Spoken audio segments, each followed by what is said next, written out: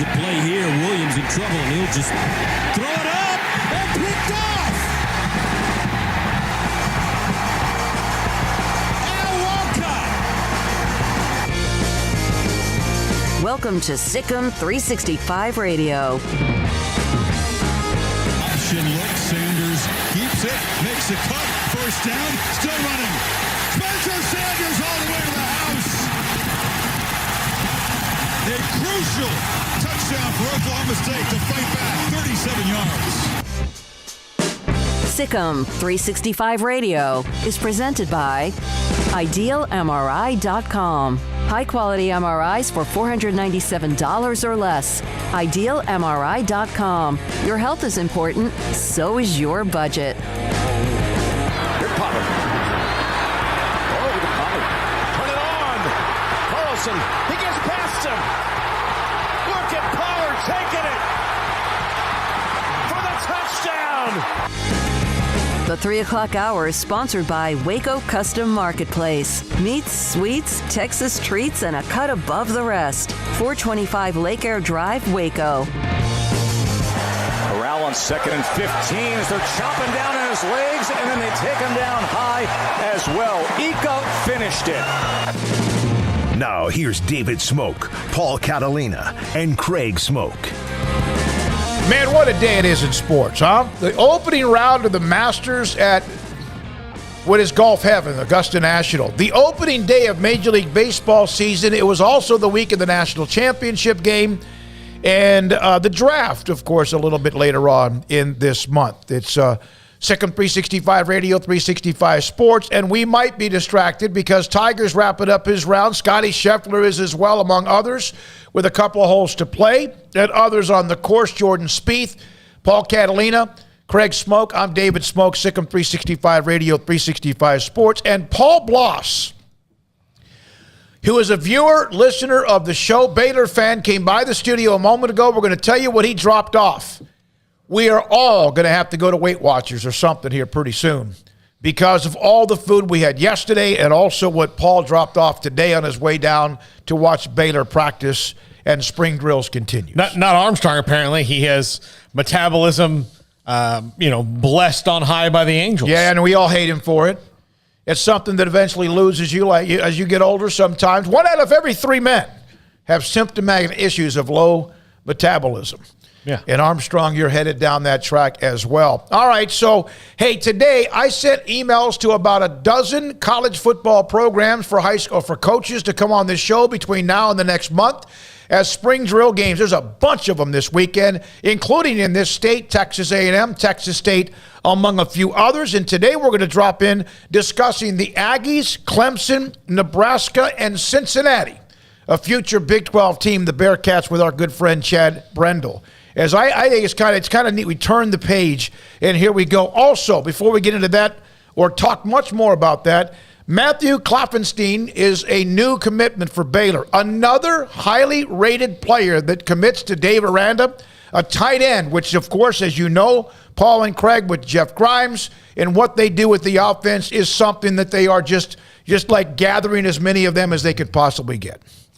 Yeah, I mean, the other day I was out there at practice and kind of noticed that although they've got some guys, Ben Sims and Drake Dabney, I think are going to be the primary, for sure be the primary guys this year. But then, a couple of the younger guys like Kelsey Johnson and Cody Mladenka, even though he's hurt right now, or at least was last weekend, they're coming up. But just kind of looking at 5 guys in that group last week, it looked a little light. And, I know that's a position that they use often in what they do in terms of not only blocking but receiving. And the fullbacks last year the tight ends last year, sometimes they were lining up at fullback, sometimes they were lining up at H-back, sometimes they were a traditional tight end, sometimes they were in 2 tight end sets, sometimes they used it in a variety of ways. And so they need a bit more punch there, and we're seeing them, address that head on in these last couple of recruiting classes, bringing in like 3 guys last year. They're going to probably bring in another 3 guys this year, and, you're going to lose Ben Sims next season. So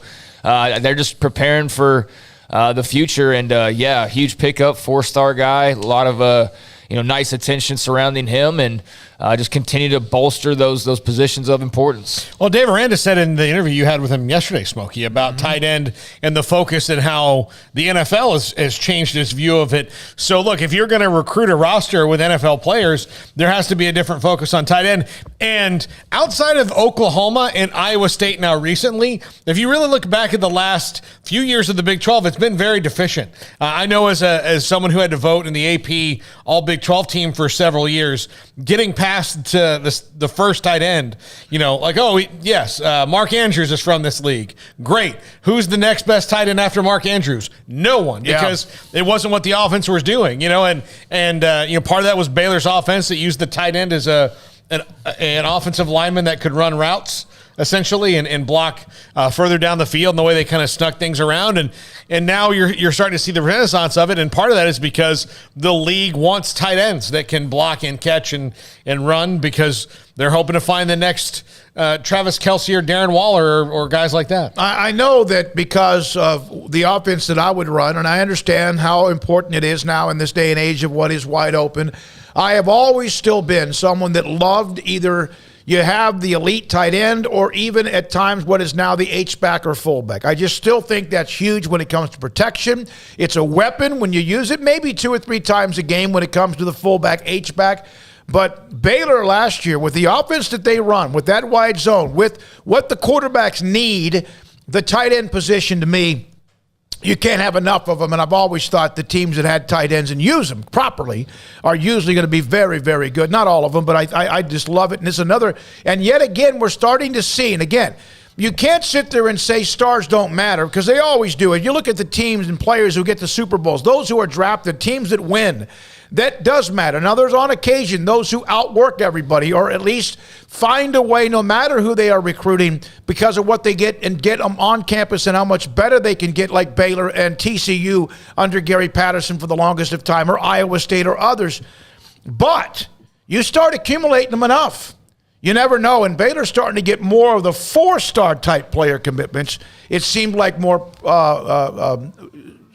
often than they are the ones like, okay, who else was offering them? There's some big boy names. I mean, Josh White himself, which is not a high school commitment, and where he could have gone, leaving LSU or before he went to LSU, it's a huge list, no question about it. All right, the Masters is going on. Scotty Scheffler, number 1 ranked player in the world, seriously, a neighborhood friend of our Armstrong Sims, is 3 under par. Tiger is on number 18. He's at 1 under par. He's kind of managed himself around the course, and there's a couple of others that are in that 2 and 3 under par neighborhood, and a lot of players, of course, on the course. We're going to check in with Art Strickland from Augusta National today at about 5:15 or so. Let me see. Astros and Angels open tonight. Rangers open tomorrow against Toronto. Also, one game was postponed. Red Sox and their game with the Yankees postponed. So, Paul, you can relax on opening day. And also a game going on right now, Milwaukee and the Cubs. This is my probably, I know college football, but this is one of my favorite weeks in all of sports. I don't know how it can't be. God wanted me to focus on Tiger. He needs me. Yeah, he does right now, because he just drilled one way left in the woods on number 18. Yeah, so that's why I want my focus split with the Red Sox, and my inevitable if they lose the first one, where I spend 24 hours thinking that's it, 0-162. I mean, I'm not lying to you when I tell you, if they lose the first game badly, if the Yankees win this first game 7-1, that's it, 0-162. I don't know what they did in the offseason. Oh, my God, but shut up. It's what happens. Craig Lee Buttercup, dude is a 4-star recruit. We've been winning with mainly 2 stars and sometimes 3 stars. Me thinks, oh, boy, can't wait to see what Aranda does with these new guys. Yeah, I mean, the more the merrier. The more talent, the better odds you have. I mean, leave it to the recruiting guys. They'll tell you they've got, articles already typed up they've been doing all over the years about how important stars are, right? Like, as much as, people want to sometimes say stars don't matter, they do, and recruiting reporters will be the first to, tell you how much they matter and show you the numbers and how many national champions average this number of 4 and 5 stars versus, basically all the rest of college football. And it's typically the same cats who always have the highest numbers. But if you can find a way to sneak up into that group, if you're Baylor, I mean, you've already proven you can hang with a lot of teams. You've already proven you can win titles. I mean, I do think the next step for them, when they've now twice barely found themselves on the outside looking into the playoff, not only last year where you go, I don't know what happened in Fort Worth, but if you guys win that game, then you're probably in the college football playoff. I mean, that's how bad that loss was for them ultimately. Then again, maybe it spurred them on to finish the way that they did. But, they got that close, really just one game away. And then, of course, in 2014, they were, just a decision away, basically. And so they've been knocking on the door. The really problem for them has been just stability and just having the same person in charge for more than a couple of years. And so there you go. You've got Dave Aranda now, who's already matched, when he hits the field next year, will have matched Matt Rule's time at Baylor. And if he can surpass that and get closer to Art's time at Baylor and then get closer to a Grant Taft's time at Baylor, and all the while you're grabbing, occasional 4 stars and you add a couple each and every year to where all of a sudden, you're not just getting a couple in a class, you're getting 6 or 7 guys in a class perhaps because you're winning and you're being consistent, and that's how you do it. And hopefully along the way, maybe you stumble upon that once-in-a-generation quarterback like Art Briles did, where, it just flips everything and takes it to a whole nother level, or a player of that kind of caliber, quarterback or not. So, yeah, they're building, and they're building with really sturdy blocks, and I think that tight ends especially see that Grimes offense and what they're trying to do, and it's attractive to them, and that's why they're having success with it. And you also are then you're also building levels of them. As you mentioned, 6 in 1 year, then 6 in the next thing you know, you have half your rosters in that realm, and again, there's a reason. Although sometimes the stars can also be a little bit, Well, I think the stars don't matter comment is only relevant if the coaches that are recruiting them can't develop them. It's the Texas Longhorn argument right now, in that they've had coaches, not so much Mac Brown, but maybe Mac Brown a little at the end, and then Charlie Strong and Tom Herman, who could get plenty of 4- and 5-star guys in the room, but they stayed the same as they were when they were 17, 18, and 19 years old. And by the time they're 21, 22, 23, they weren't any better. So stars matter if you're Nick Saban and can develop them, if you're Kirby Smart and can develop them, if you're Dabo Swinney and can develop them, if you're putting guys in the league and doing those things. If stars don't matter, or I wouldn't say they don't matter, but you can negate it if you can't develop guys to be better than they were when they got there. Even Texas fans, you're starting, and we've discussed the podcast and some things that have been said. I don't know why it's taken so long. They're finally realizing that. The fans are starting to realize, and it's been a while, no question about it. Yeah, I think that comment's kind of overrated, though, because it's not as though they don't develop anybody. And this kind of goes back to a little tiff we had like a year ago or whatever.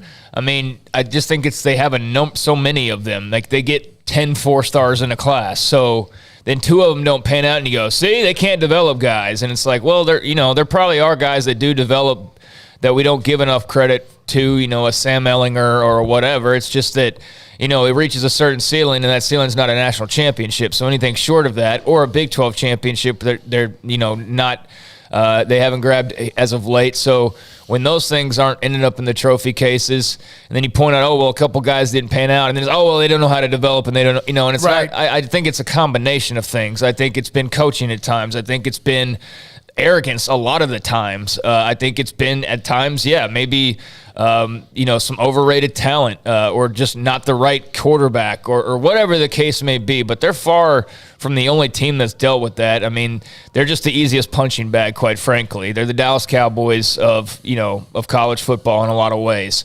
But yeah, I mean, it's all about developing talent. You can get all the guys that you want, but if they don't get better once they get on campus, then it's all really for naught, because nobody just grabs 10 4-stars in this class and then 10 in that class, and they just throw them out there and play. No, eventually coaching comes into play as well. So the teams that can recruit well and coach well, I mean, those are your champions year in and year out, and those are the teams contending. And I think we know that the coaching thing is taken care of at Baylor right now, and the talent thing is now starting to multiply as well. So they're on a good track. They've got a good foundation, and now it's just about building off that, and you do that by getting guys like Matthew Klopfenstein like they did today.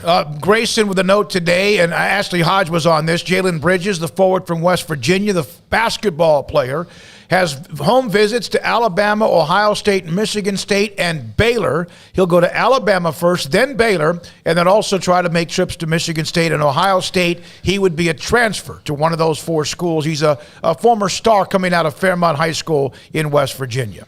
Yeah, can West Virginia fans explain that? I saw just like a couple of tweets, and the 2 tweets I saw from West Virginia fans are talking about how much they're rooting for him to go to Baylor, and I didn't quite get the joke. I don't know if it's because they want to be able to scream at him when he visits Morgantown, or because they think he won't be that good. Let me ask the chat. I don't know. So yeah, I just saw a couple of comments like that in passing of like West Virginia fans hope he goes to Baylor, and I didn't quite understand if that was like in a joking way or not. So if you could explain that to me, that'd be great. But yeah, that's of note. Obviously, Baylor's going to be very heavy in the transfer portal. I mean, everybody is, right? Who's not? If you're not in the transfer portal in college basketball at this point, you might just be really loaded up on your roster, or I don't really know what you're doing, because pretty much everybody, and we've seen it in the Big 12. I mean, look at the Kansas. They got transfers. Baylor got transfers. Texas got transfers. Texas had transfers. Everybody is dabbling in that now. So, that'll be really interesting. And I see you now pulled up that other note. Yeah, there's another note. When Brian Nance left Baylor as a part of their personnel department to go to Joey McGuire's staff, where he's compiled Brian Nance, James Blanchard, James Lockhart, among others, Blaine Gauthier has been hired by Baylor. Colt's been on this heavily. Blaine Gauthier has been hired as the Associate Director of Player Personnel. He's been at Michigan State a couple of months ago, in fact, as an offensive analyst. He's also a former star player at the University of Louisiana Lafayette and offensive analyst at LSU. So there's the connection to Dave Aranda and the staff where Aranda may have known him. And so he has filled the role within 2 or 3 days of Brian Nance headed to Texas Tech and Lubbock. That's the fastest announcement we've got. Of course, we didn't get anything from official from Baylor. May not for 6 or 7 months. You really, we can't get a spring roster, so I don't think we're going to get a coaching staff change probably. And I'm not trying to harp on that, but writing an article, it's been hard to kind of not see who's on the team right now. Like you kind of just have to. Yeah, I think he's still there, but I don't know what year anybody is. Like if you're a redshirt sophomore who's in their 4th year, like. Without a roster, I have no idea what to call you, so I just avoid calling them juniors or sophomores because I have no idea what anybody is at this point without a little guide sheet. Yeah, it would help, but again, everyone has their reasons. And I'll never forget that time Matt Rule submitted a depth chart right before Big 12 Media Days, and I remember texting him. I said, "What the hell is this?" He goes, "I filled that out while I was on the beach."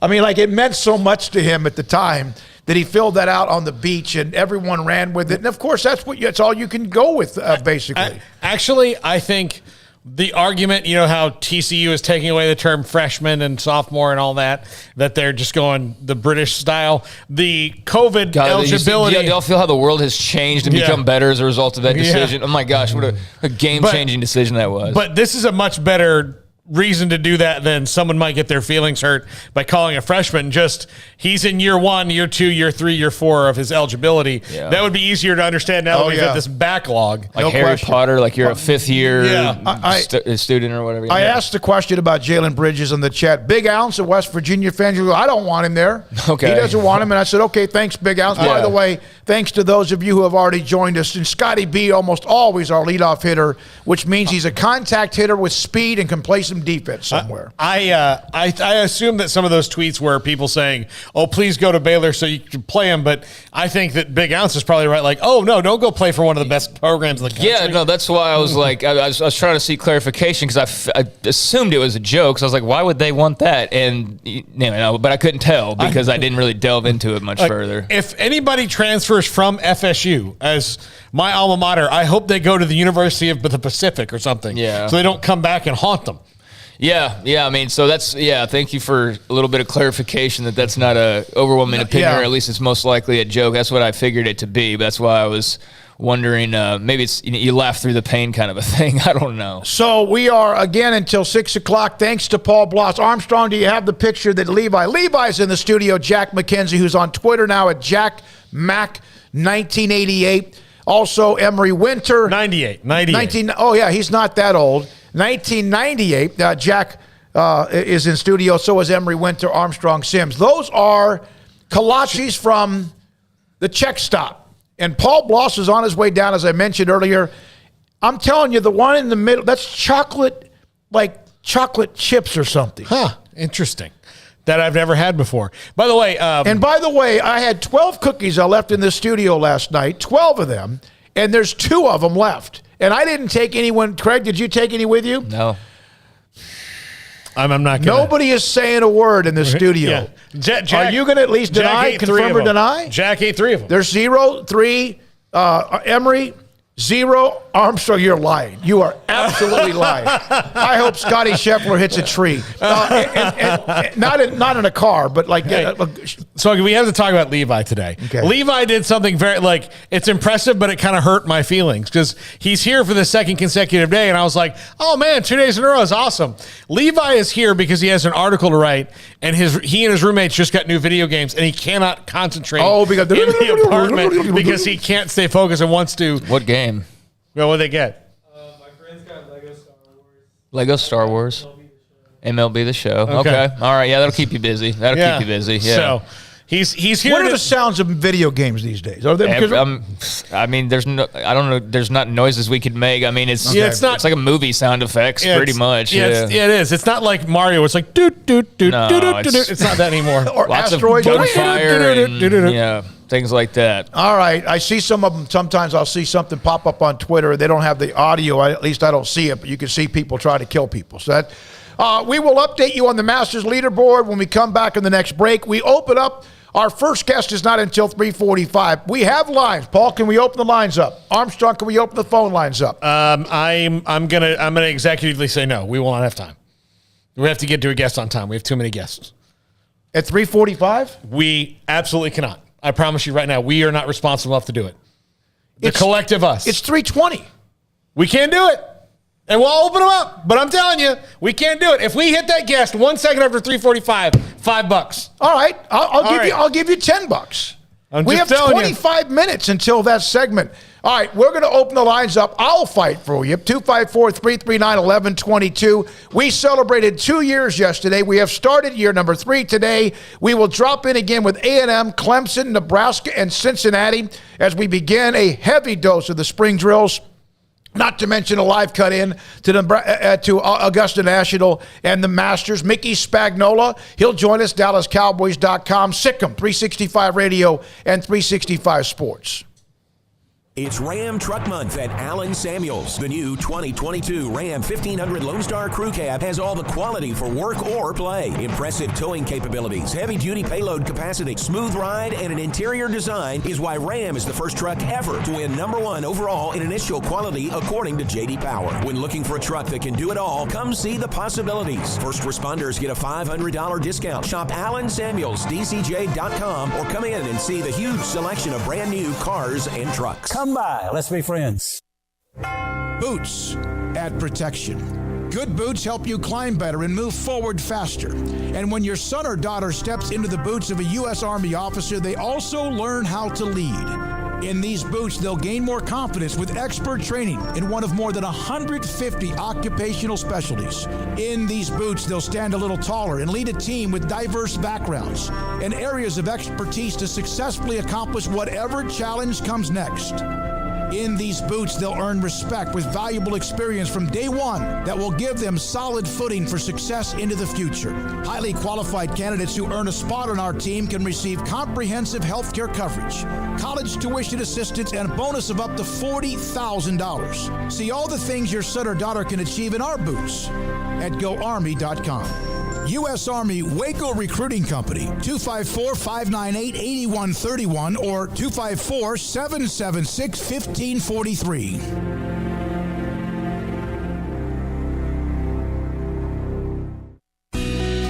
Camille Johnson Realtors guide you seamlessly through the process of buying your dream home or selling your current one. Commercial, farm and ranch, or residential, Camille Johnson Realtors can smoothly and successfully lead you through any transaction. With a team of 28 experienced agents who are excited about serving you, Camille Johnson Realtors services the entire greater Waco area. If you're in the market to buy or sell, contact Camille Johnson Realtors, 104 Midway Center in Woodway, or find them online at www.camillejohnson.com. Camille Johnson Realtors, elegant, charming, warm. Welcome home.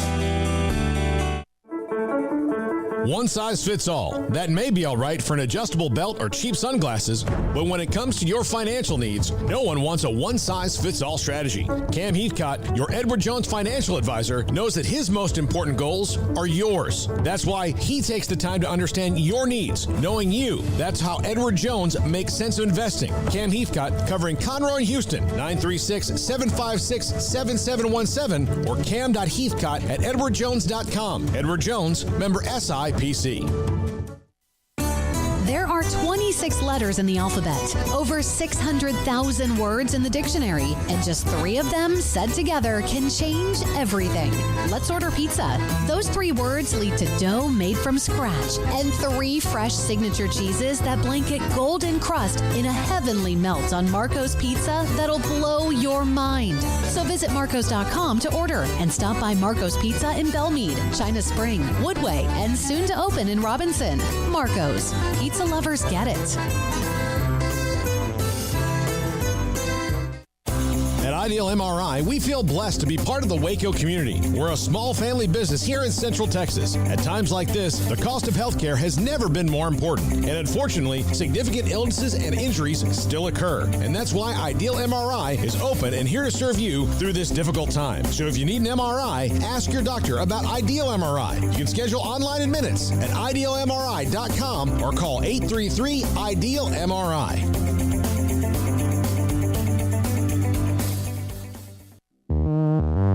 This is Sikkim 365 Radio. Text us at 254-339-1122. The Sikkim 365 Radio text line is sponsored by Riverbend Liquor and Wine, with the most extensive variety of craft beer in Waco. A hidden gem on Lakeshore Drive and 19th Street.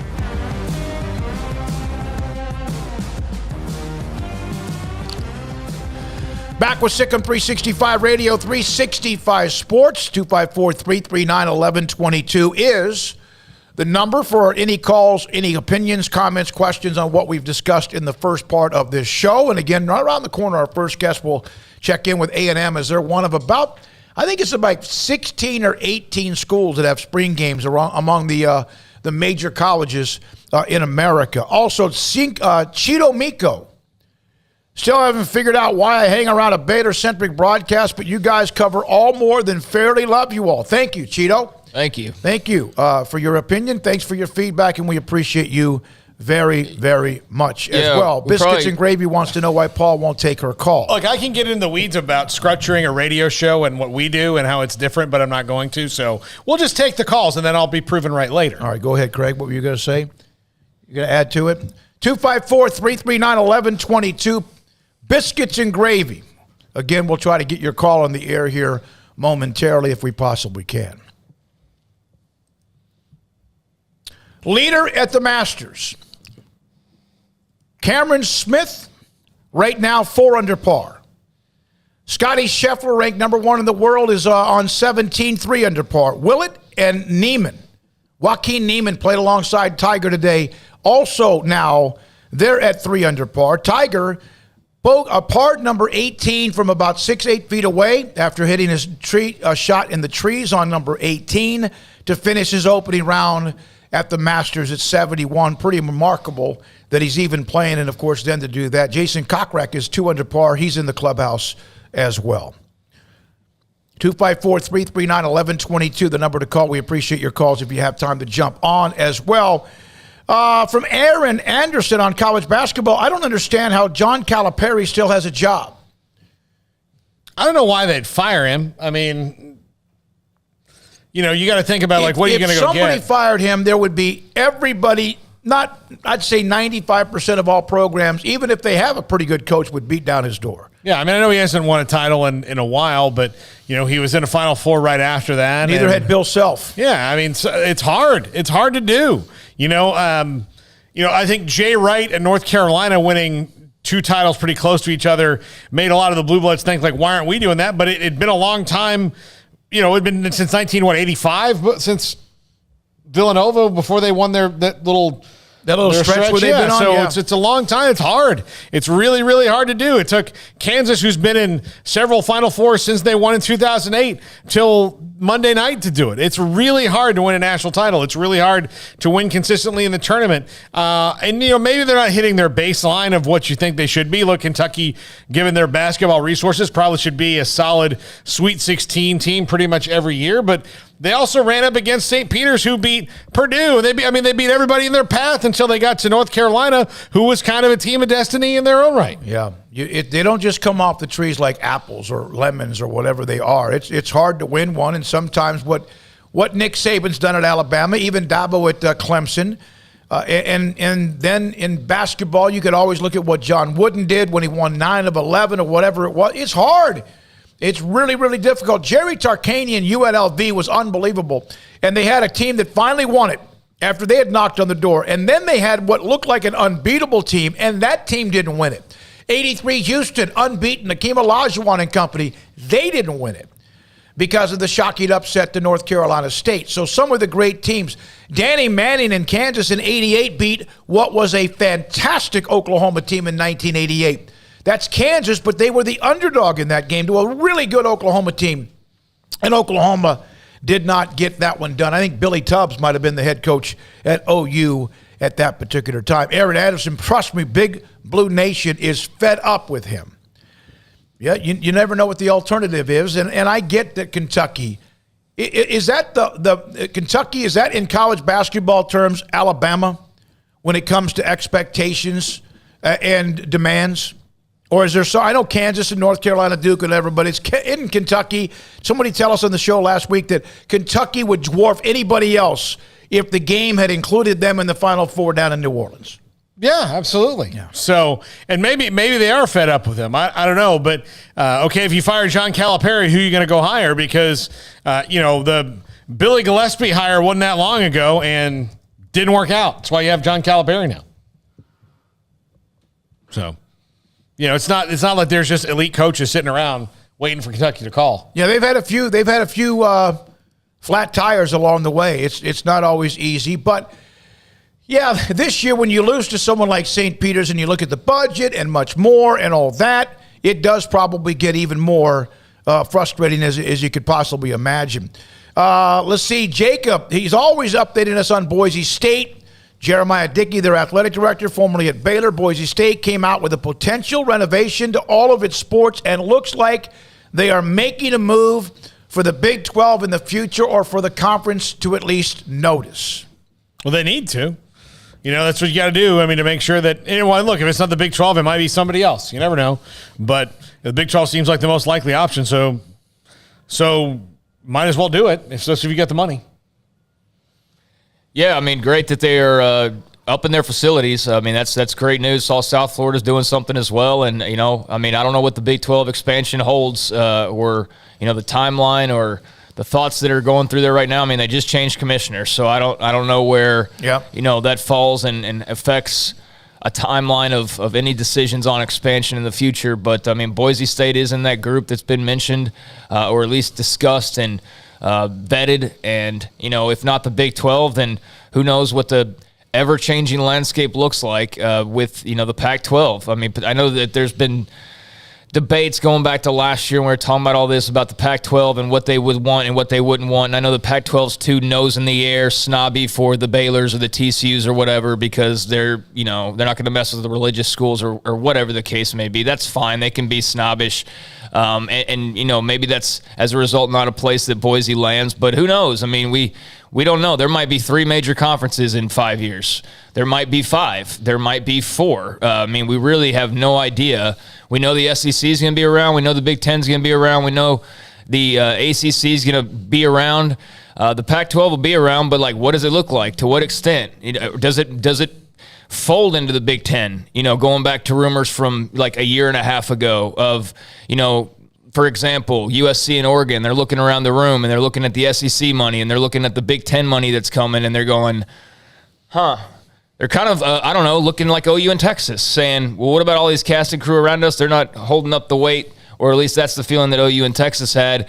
Why don't we go to the Big Ten or what other option there might be and make $100 million a year more than we're making in the Pac-12? Those are the decisions that schools have to make. And if you're a USC or someone like that, then, I'm sure you're probably kicking that idea around right now with everything so up in the air and, thinking, okay, we got to worry about a Pac-12 TV negotiation at some point, but depending on how that goes, depending on what kind of money we're talking about, would it surprise y'all if there were schools looking around? It wouldn't to me. So, so saying that, if the Pac-12 just experienced a massive exodus, maybe they don't have the room to be snobby and say, well, we're not going to include the Baylors or the Boise's or the who. You might have to. You might be forced to. And they also might just tell you to screw yourself. And you might not have the option because Baylor or, and I throw them in there as an example because, just months ago we're talking about, well, Tech's going to go to the Pac-12 and Kansas is going with them and, all that stuff. So, I mean, I guess anything's on the table. So yeah. I mean, I think the instability right now is leaving a lot of room for questions and interesting ideas of what could be to come. And it might just all be the same when all is said and done. And just the money figures are different. But I don't think any of us really have a good idea. You know what's interesting to me is when all of this happened, Texas and Oklahoma, and ever since, and even before then, there's almost this level of snobbery as we talk, almost this elitism at certain places that we don't want to include you. We don't need them. Well, I mean, I'll still go back to the most powerful, and the Big Ten is right there with the SEC. No matter if it's going to be $5 million or $6 million or $10 million, they're both way up here. And yes, there are some that do look down their noses at others. But you know what? From the beginning, we have said this about the SEC. They care about what is the weakest link as much as they care about who is the most powerful. Well, they understand it. They get it almost in a way like the NFL, that all 32 have to be given the same amount of revenue no matter how powerful. Some of them are more than others, and they can make money other ways, like the Cowboys do and others. Well, and a lot of that snooty looking down your nose is, schools that most of the time, like, honestly, if you asked Ohio State or Alabama, all biases outside the door, do you guys care who would come in your conference and you have to play? They'd be like, no. Because they know that they're going to beat most of the teams they play. The teams that all don't want other teams in or look down on the ones, for the most part, are the ones who haven't done anything in a long time and are afraid to get beat by somebody who's smaller than them. I think it's I think there might be some of that. I think it's politics. Yeah. I think it's a bunch of snobby California people. And look, I say that, but it's the feeling that comes across like, we would never allow them. Like that's what I'm basing that off of, is the nose in the air responses from some West Coast fans who immediately were like, we would never allow. It's just like, so we're not invited to your country club. Okay, thank you. We'll go find a better place that's more fun anyways. And that's where I come from with the Pac-12. I have no axe to grind and nothing against the conference. That's just the feeling that emanates sometimes. But Ohio State, they don't care. It's not about who they would beat. They're going to beat anybody anyways. They're Ohio freaking State. It's about who's bringing money. Mm-hmm. This is like John McClain, longtime NFL writer. Anytime a contract question comes up, John's going to say the same thing. What's the money situation? A guy is not wanting to report to camp. What's the money situation? Guy says he doesn't want to play somewhere anymore. What's the money situation? It always comes back to the money. All this just drama and TMZ Great sports, point. All it is it comes back to money. Every single time it comes back to money. All of a sudden Xavier Howard's happy in Miami after not being for 2 years. What happened? Hey, we got more money.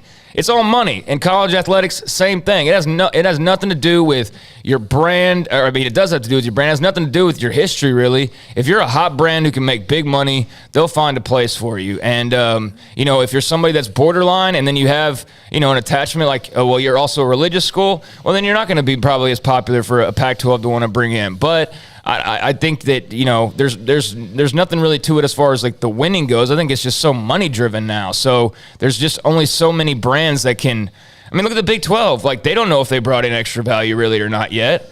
They think they did. They did the best they could. But are they still going to be making less money than they were? At least in the beginning, probably.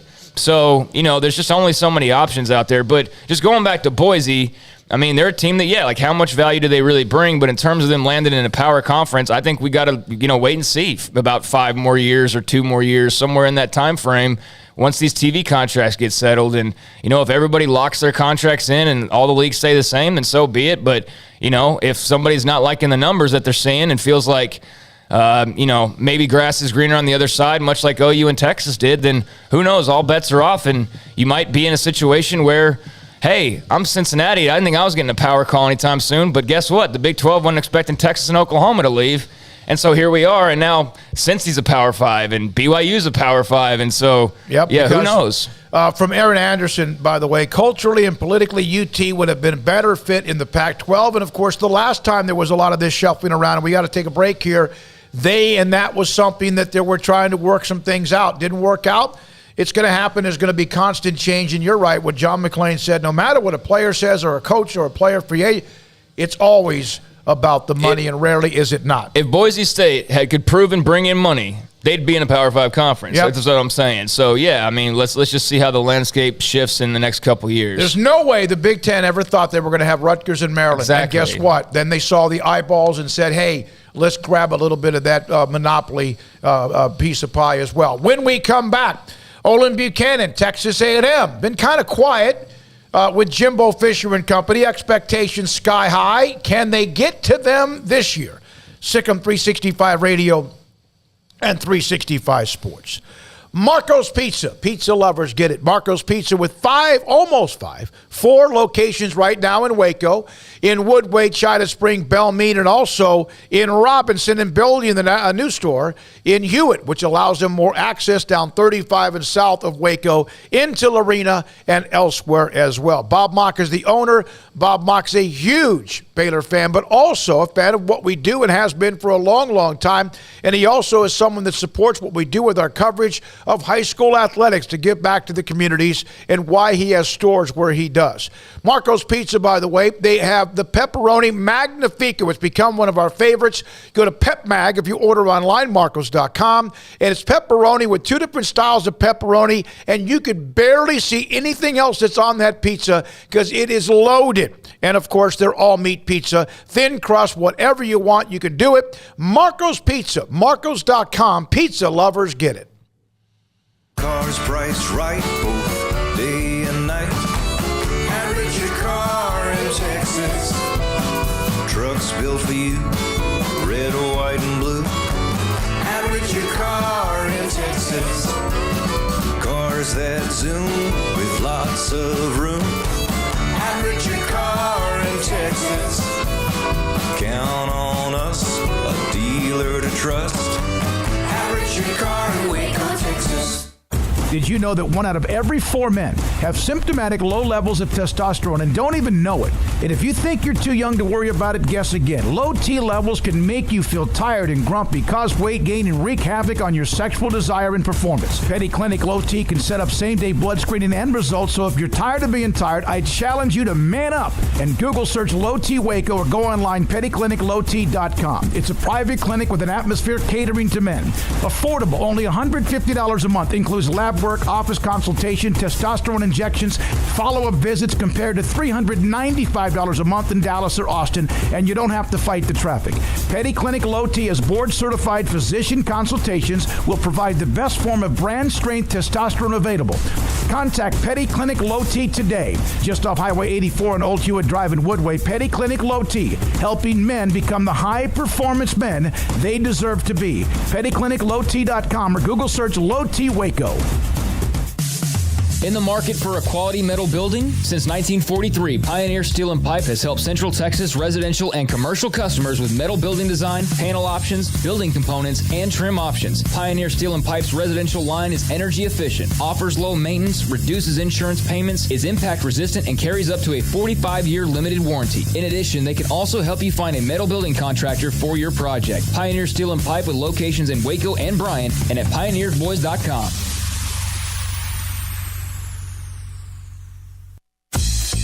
Baylor Scott and White, Southwest Sports Medicine and Orthopedics, the team physicians for Baylor Athletics, diagnosing and treating all sports-related injuries, including concussions. These specialists also provide orthopedic services for athletes and non-athletes alike, whether it's knee or shoulder pain, hand or wrist injury, orthopedic spine care, and even an arthritis and total joint clinic. Trust the doctors Baylor Athletics trusts. Baylor Scott and White, Southwest Sports Medicine and Orthopedics wants to get you back in the game.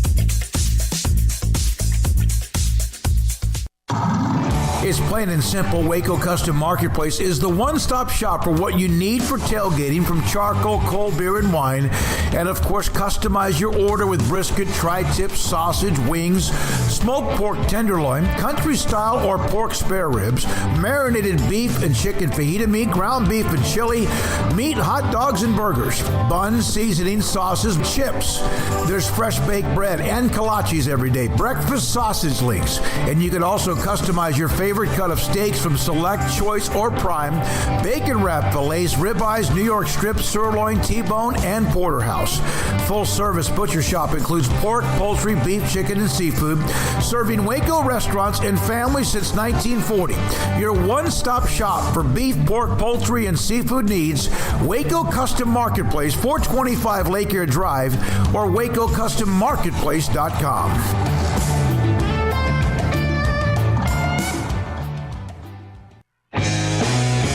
Welcome back to Sikkim 365 Radio. Have you subscribed to our YouTube channel? Search 365 Sports on YouTube. Today we check in with 4 different college football programs. We mentioned the commitment to tight end for Baylor, the 4-star tight end. But we also, as you know, if you've followed us long enough, check in with many others, and we will, as a lot of spring games this weekend and throughout the month of April. Texas A&M, Cincinnati, Clemson, and Nebraska will check in with. They have games coming up this weekend. And Olin Buchanan, TexAgs.com, joins us. 365 Sports, Sikkim 365 Radio. Olin, thanks for your time. They have accumulated all of this talent, but not everything is perfect. What were a couple of the must position goals or things they had to know for Jimbo Fisher and company after this weekend? That's a good question. I think I don't know if they have to know anything yet. Like, for instance, the quarterback competition is going to go into August. I think you would like to know, though, that you would see something at wide receiver, especially after you had one guy was dismissed from the team earlier this year, and maybe linebacker play. You want to see some guys that are playing linebacker show some improvement, like Edgerrin Cooper, Andre White, because quite frankly, the A&M defense wasn't as good against the run last season as they were the year before, and I think most of that goes back to Buddy Johnson. They need to find a guy who can step into the hole, diagnose the play, step in the hole, and end the play at contact. Olin, does Haynes King, having won the job out of last year's fall camp, give him any kind of advantage now, or is it a completely new competition? Well, they're saying it's a completely new competition, and the word is that they've been very impressed with both Max Johnson and Connor Wigman. And quite frankly, if you look at all three of them, they have their they all have their selling points. I mean, Haynes has been in Jimbo Fisher's system the longest, and Fisher has said before that he thinks he's an NFL caliber quarterback. But Max Johnson has the most playing experience. I mean, he started the most SEC games, and there are those that have been watching him and says, just for outright talent, Wigman has the most. But I would imagine, I believe that Haynes King has the edge. It may not be a huge edge, but I think he has the edge. And if I had to place my bet today, who will be named the quarterback in late August, I'd go with Haynes King for the reasons I mentioned. He has the we always heard over and over how difficult it is to learn Jimbo's system completely, and if that's true, he's been in that system for 3 years, and the other guys, this is their first year. And then again, Fisher telling us that he has, meaning Haynes, has NFL potential. Well, that would tell me that not only does he have the talent to play at a high level, but again, he's the only guy that has the most experience in that system. So that's why I would expect that Haynes King will be the quarterback, but again, I really don't think they're going to make a decision till late August. Olin, you kind of referenced a player no longer being on the team there with Damon Demas. And I remember when you were on my old show regularly, I mean, he was a player that the hype was just beyond belief. But there are a couple other guys we used to regularly talk about. Baylor Cupp was one. He's no longer on the team. Luke Matthews now medically retiring as well. I think we probably talked about on occasion. Is there any more attrition that I'm missing there? And in particular, if you have any thoughts on those guys, great. But Demas, just how disappointing was that there was so much hype for him and expectations for him, and it just never really got going in College Station? Well, extremely disappointing, and I think that wherever he may land, I still think the guy has amazing potential and still could have a heck of a career if somebody's going to, take him with all that baggage. As far as Baylor Cupp, he had so many injuries, and I was surprised to see him decide to transfer. But at the same time, with the injuries that he's had, and I think some of the talent they brought in at tight end, they brought in three of the top. They're not all here yet, but three of the top 10 tight end recruits, and then some others. So, I can only guess, because I haven't talked to Baylor, that maybe he just felt that either he wasn't going to get as much playing time as he hoped, or he just felt like he needed a new, just a new change of scenery. So it was disappointing, but I think they feel like they're still pretty good at that position. Well, in the I mentioned this off the top. Obviously, expectations, and A&M's been down this road before, and it's a different thing now because they have been building, but they're also in a conference that's really deep, and they have people around them that are really good. Do you feel like this could be that next step, and what would be the next step in your opinion? Well, the next step is winning the SEC West. I mean, they've shown in the last 2 years. 2 years ago, they showed they could beat every team on the schedule except Alabama.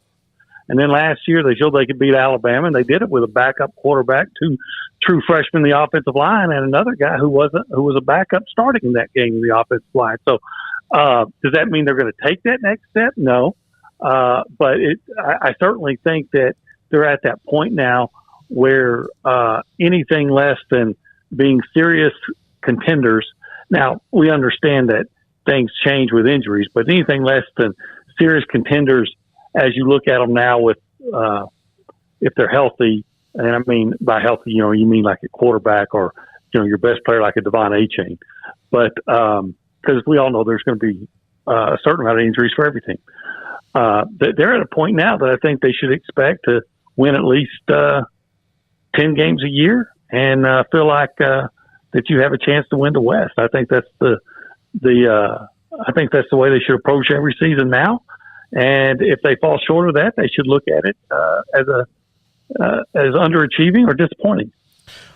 When is it realistic for fans to start expecting production from this recruiting class? I'm sure there's guys, Nolan, is such a highly recruited guy. I'm sure he'll contribute early, and some of the big 5-star guys will get their shots. But it's 2023 and 2024 where fans should really realistically start expecting that these guys should pay off maybe into college football playoff caliber teams? Well, I think that as far as the individuals, you look at it and you say, hey, give them a year to get ready to adapt to the college game, and that's fair. So if you looked at it under that microscope, 2023 would be the year where you say, okay, this is the year to really make a move because theoretically you'll have a quarterback now with a year of starting experience under him, and all those guys from this class will be, theoretically ready. But that said, A&M's been recruiting well for several years. They've had 4 top 10 classes in a row. How long do you have to wait before you can say, all right, now, before you can keep saying next year? So I think they should go in this year realistically feeling like they have a shot. Walter Nolan, he'll probably play. Evan Stewart, I think, great chance that he's going to play a lot, maybe even start. And if things fall just right, Cam Dewberry, a guard, from Kenyon Green's old high school, I think he has a chance to come in and start. Fisher has shown that he doesn't mind starting a freshman if he thinks he's the best guy. So I would expect to see several of those guys from this class make a contribution and maybe a few even starting. But I don't think you should have to wait on these guys to feel like you have a shot. Again, you've recruited pretty well the last couple of years. It's time for all those guys to come in and show they can play and show they can win at a high level. And you can't keep putting it off. Oh, and you had an article over on TexAgs about the linebacker position and reflecting back on Buddy Johnson and the impact that he had. Can you kind of just summarize what fans can check out if they read that article and just talk about your intent there as far as what they may be missing or what they're looking for at linebacker? Yeah, I kind of mentioned earlier, they need to find that inside linebacker who could diagnose the play, step into the hole, and end the play at contact. And I think that they didn't have that last year. I think Aaron Hansford is better as an outside linebacker. He wasn't as effective moving inside. I think Edgerrin Cooper, the freshman last year, showed a lot of athleticism, great speed, good instincts, but I don't think he was ready to be that guy. Now, he might be, but the fact of the matter is 2 years ago, A&M played an all-SEC schedule and was second in the nation in run defense. They gave up one run of over 30 yards. It was a 42-yard run by Tank Bigsby of Auburn. No shame in giving up a big run to him. But then last year, now, understand they did play more games, but still, they were like 35th. They dropped like 33 positions in run defense and gave up 5 runs of 30 yards or more, and then there was like 8 or 12 of 20 yards. It just wasn't the same. And I think, yeah, you can say Miles Jones, a cornerback who's very physical, was out. He didn't play much, and they missed Bobby Brown. But I really think it came back. You just didn't have that reliable linebacker play. You didn't have that guy in the middle that could go and diagnose the play and make that tackle. Sometimes they'd make the hit, and guys would run through it. And I think because Buddy was a 4th-round draft choice, maybe some forgot just how good he was or took it for granted. But he had a hellacious year in 2020, and they really missed him. So they got to find somebody that can play linebacker the way he played linebacker. All right, Olin, if Jimbo Fisher called you up and said, Olin, you're the only guy who can make this decision, which one would you make for him and why? What do you mean? Like position-wise right now. What do you think? Where would you say this guy's got to be the guy? Are you meaning quarterback or anywhere? I'm sorry, this probably didn't word it the right way, but yeah, quarterback anywhere, any position battle where he would ask you, who would you think? Where would you go? Man, you know what? I think I would have to find a way to make sure that Evan Stewart is in the starting lineup as a wideout, because one of the things that A&M has missed on the offensive side is they haven't had that deep threat.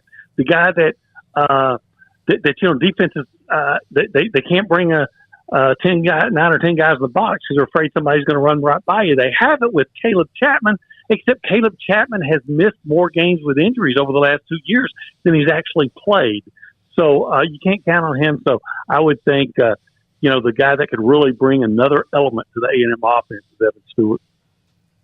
Olin, thank you. Appreciate your time. As always, great to talk a little football with you, and we will do that with 4 different programs today, including Texas A&M with Olin Buchanan, TexAgs.com. Around the corner, good friend of ours, former intern back in the day, Alexis Cubitt, covers Clemson. They had a hell of a defense, but they couldn't score.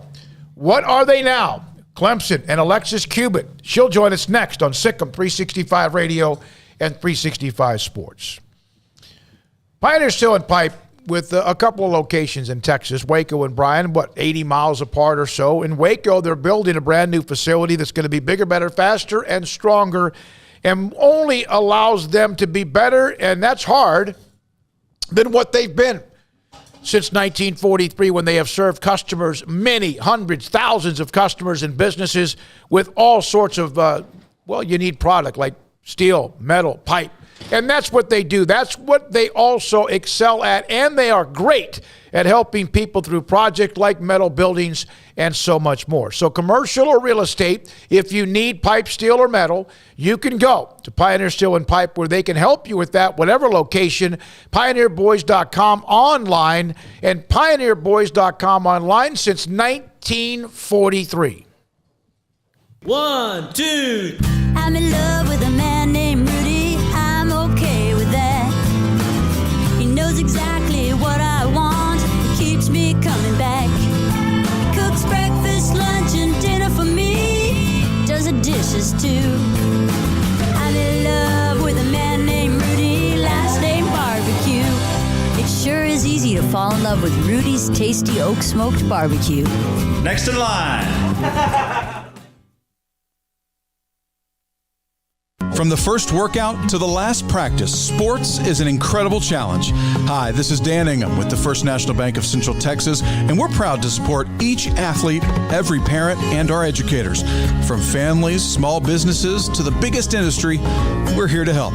With remarkable products like First Free Checking, we've got banking ideas that fuel big dreams. The First National Bank of Central Texas. Familiar faces making local decisions. Member FDIC, Equal Housing Lender. Automatic Chef Canteen is a full-service micro-market vending and office coffee provider with state-of-the-art vending equipment, a wide variety of products, and offering custom-fitted micro-market vending office coffee solutions for your employee break room. You want a full break room solution and a workplace oasis? Well, Automatic Chef Canteen, locally owned and operated for over 50 years in Central Texas, also includes in-house mechanics on call 24/7 for fast, reliable service and maintenance. Automatic Chef Canteen, 6900 Imperial Drive in Waco, or online at automaticchefcanteen.com.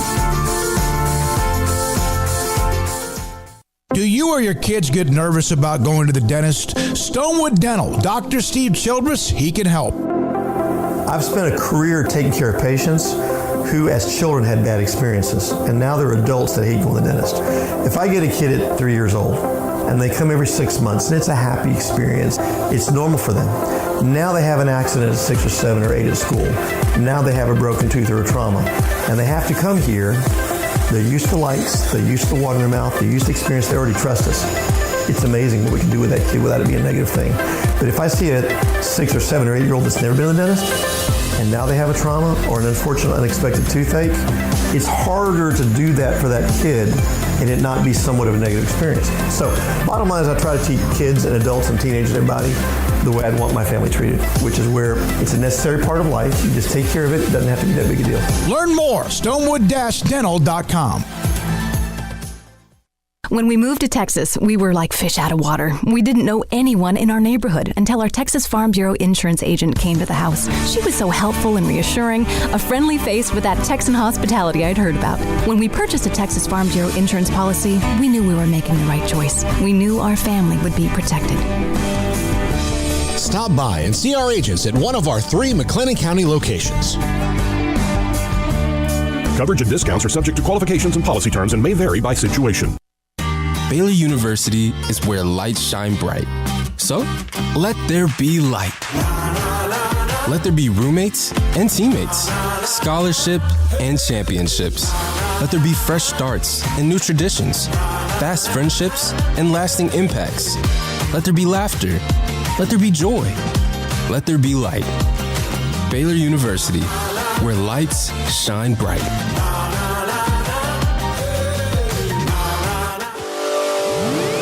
Welcome back to Sikkim 365 Radio. 3rd and goal. Here's Chapin into the end zone, and how about that swagger? Another touchdown pass for Chapin. Ben Sims on the receiving end of this one. It's time for our weekly segment with Max Olson of The Athletic, brought to you by Pioneer Steel and Pipe, where customer service is their main focus, and best in metal, steel, and pipe for large or small projects, with 2 locations in Waco and Bryan. Family owned and operated since 1943. Now here's David Smoak, Paul Catalina, and Craig Smoak. Max is not here today. He's on vacation this week and back with us, we hope, at some point next week. Enjoy the time away. We're not joined. We go from A&M to Clemson. Alexis Cubitt, one of our favorites. The State newspaper covers Clemson at the State as well. And at Alexis_Cubitt, C-U-B-I-T on Twitter. Alexis, thank you very much. Great to have you here and on the show. So last year, Clemson was pretty good, but they just struggled dramatically on offense. Is the offense going to be better this year? That is the biggest question. I think it will be, just because I think they've learned a lot. I think guys have kind of got settled in. You obviously have a little bit of quarterback battle there. You have a new freshman coming in at wide receiver who unfortunately tore his ACL, but is hopefully going to be back by the fall. So you do have some new pieces. Obviously, you get back, the 3 biggest running backs that Dabo calls the 3-headed monster. So I think you'll definitely see a much improved offense. Alexis, the offensive line was surprisingly, for the first time in maybe a decade for Clemson, a weak spot. What have they done to address that? Yeah, so the biggest thing for them was just health. Like, they could not get guys healthy. They get one back and another one gets injured. They get that guy back, another one tears his ACL. So it was just a lot of that was big. So I think in that they were able to kind of build up their depth with some of those younger guys. Marcus Tate was one of those guys that saw a little bit more playing time as a freshman, kind of thrown in there. Georgia was his first game. So, if that's not a trial by fire, I don't know what is. But he got that experience. You have some redshirt freshmen that Dabo was really high on this year, and guys like Tristan Lee and Ryan Linthicum. So, and then you also bring in 2 mid-year enrollees in Blake Miller and Colin Sadler. So they definitely have bulked up. And then, of course, the big thing is, will or won't Dabo go to the transfer portal for that O-line position? And according to him, they're looking into it. They're trying to find a guy in the portal from the O-line. So kind of be on portal watch for the next, I think, month or so is when he said they'd be looking to fill that position. So, but yes, I mean, they have a new, O-line coach in Thomas Austin who played at Clemson on the line. So you have a little bit of youth kind of in there. And so, yeah, it'll definitely be interesting to see, where he can take them and how he can, get things back on track. Alexis, that quarterback battle, I mean, obviously it was, kind of a tough season there at quarterback for DJ Uiagalelei. He's back. You'd think he's kind of the front runner, obviously being back, but there's this, 5-star, sensational freshman there from Texas and Cade Klubnik, who, I know a lot of Clemson fans have to be excited to see more of on Saturday. So what is that anticipation level for folks to see a bit more of him, and how much of a competition is this really in your mind? Yeah, I mean, obviously you guys got a front row to what Cade can do there, being so close in the area. But I think right now it's still DJ. I mean, Dabo tends to honor seniority. I think because DJ hasn't done anything crazy, it's his position. I mean, he's, a hard worker. Everybody's rooting for him. He's got the respect of his teammates. So I think right now, he's the front runner. Obviously, he has experience. And I don't know. I just think that those games his freshman year against Boston College and Notre Dame just hold so much weight. Last year, yeah, he kind of went through a sophomore slump. Things didn't go his way. But like Dabo said, it wasn't just all on him. Like, yes, he did make some bad throws and such, but I mean, receivers weren't necessarily helping him out either. And they didn't necessarily have as much experience as they had in, past years where they had in, a T. Higgins or an Amari Rogers or, those kind of guys. But I mean, that doesn't change the fact that Cade is still there.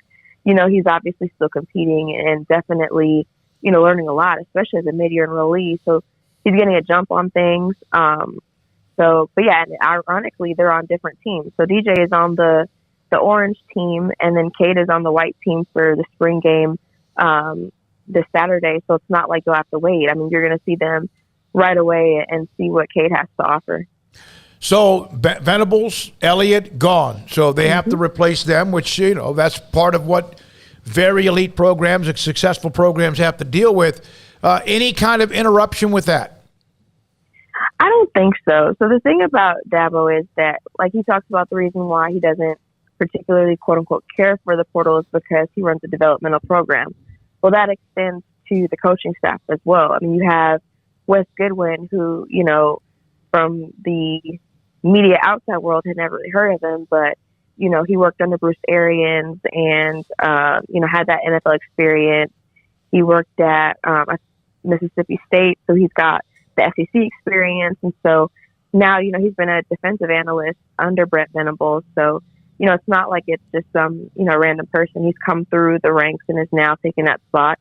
And then Brandon Streeter was obviously the quarterback coach with Tony Elliott, and now just kind of moving into that position, which for him is more of a natural fit because at Richmond and Liberty, he was, an OC and the quarterback's coach. So I don't think you're going to see too much change. One of the things Brandon has mentioned is tempo, adding a little more tempo to the offense. So maybe, that will be one difference. Wes is a lot different than Brent in that obviously Brent Venables had to have a get-back guy. I don't think Wes is going to have that problem too much. He seems a little more just not as outwardly expressive. But as far as like the fundamentals and stuff, I mean, he's taken over the linebackers like Venables was. So you'll definitely see a lot of continuity. But as Wes said, they've got some stuff that Venables doesn't know about, and he's got his own spin that he's going to put on things. So, and same with Brandon Streeter, as far as his experience and his background goes. So, I expect to see them kind of pick up where those guys left off and kind of continue that tradition that Clemson has established over the past decade or so. Alexis, as some of that talk, I know when he made one of those hires originally is like, too buddy or stay too much. There was a little complaining about him staying too in-house or maybe not going out and getting somebody with a bit more of a pedigree or track record. Has that kind of subsided? I know he sort of addressed any criticisms at one point by saying, hey, I've been here for, a decade plus now. I think you trust my decisions at this point. Is that sort of, dissipated? Yeah, I think so. I think because you've had enough guys at different levels vouch for Wes. I mean, Bruce Arians literally had a quote in the press release about him. Yeah. And then Brandon Streeter obviously is someone who's known around the football world just because he worked with Deshaun Watson, Trevor Lawrence. So, but yeah, I mean, that was the thing because we asked, did you explore other candidates? Did you even interview anybody? But it sounds like, Dabo's had this plan in place for a while. There's one thing I've learned about him, in the almost year that I've been here, is that he's very intentional.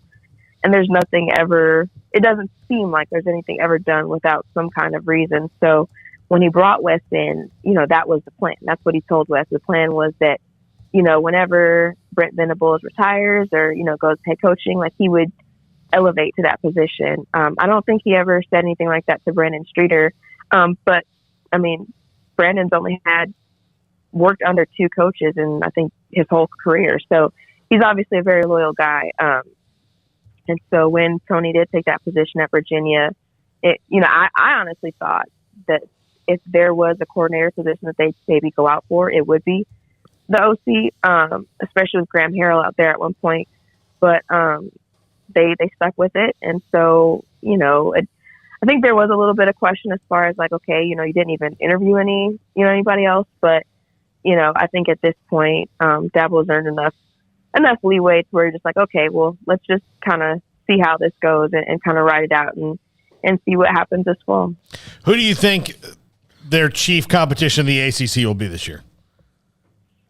So I think the biggest, obviously Pitt's still there. I would say Wake, but Wake had an outstanding year, but for whatever reason, Clemson just got their number because I was not expecting that game to go how it went this past season. NC State is obviously a big one.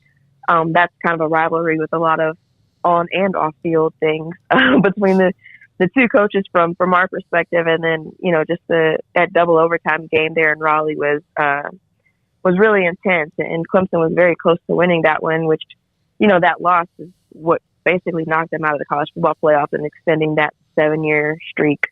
So yeah, I would say NC State, you got to put them in the mix. You got to put Pitt back in the mix, even though Kenny Pickett's gone. Miami's kind of, building their program there. They've got some things going and getting a lot of really good recruits. So, if not this year, they'll definitely be in the mix at some point. But right now, yeah, I'd say I'd probably put, Clemson, NC State, and Pitt up there. And, Boston College did some good things too, and they get their quarterback back. So it'll be interesting to see how that goes. Now, at the same time, I still do think that for everybody else, Clemson is at the top, and that's the team to beat.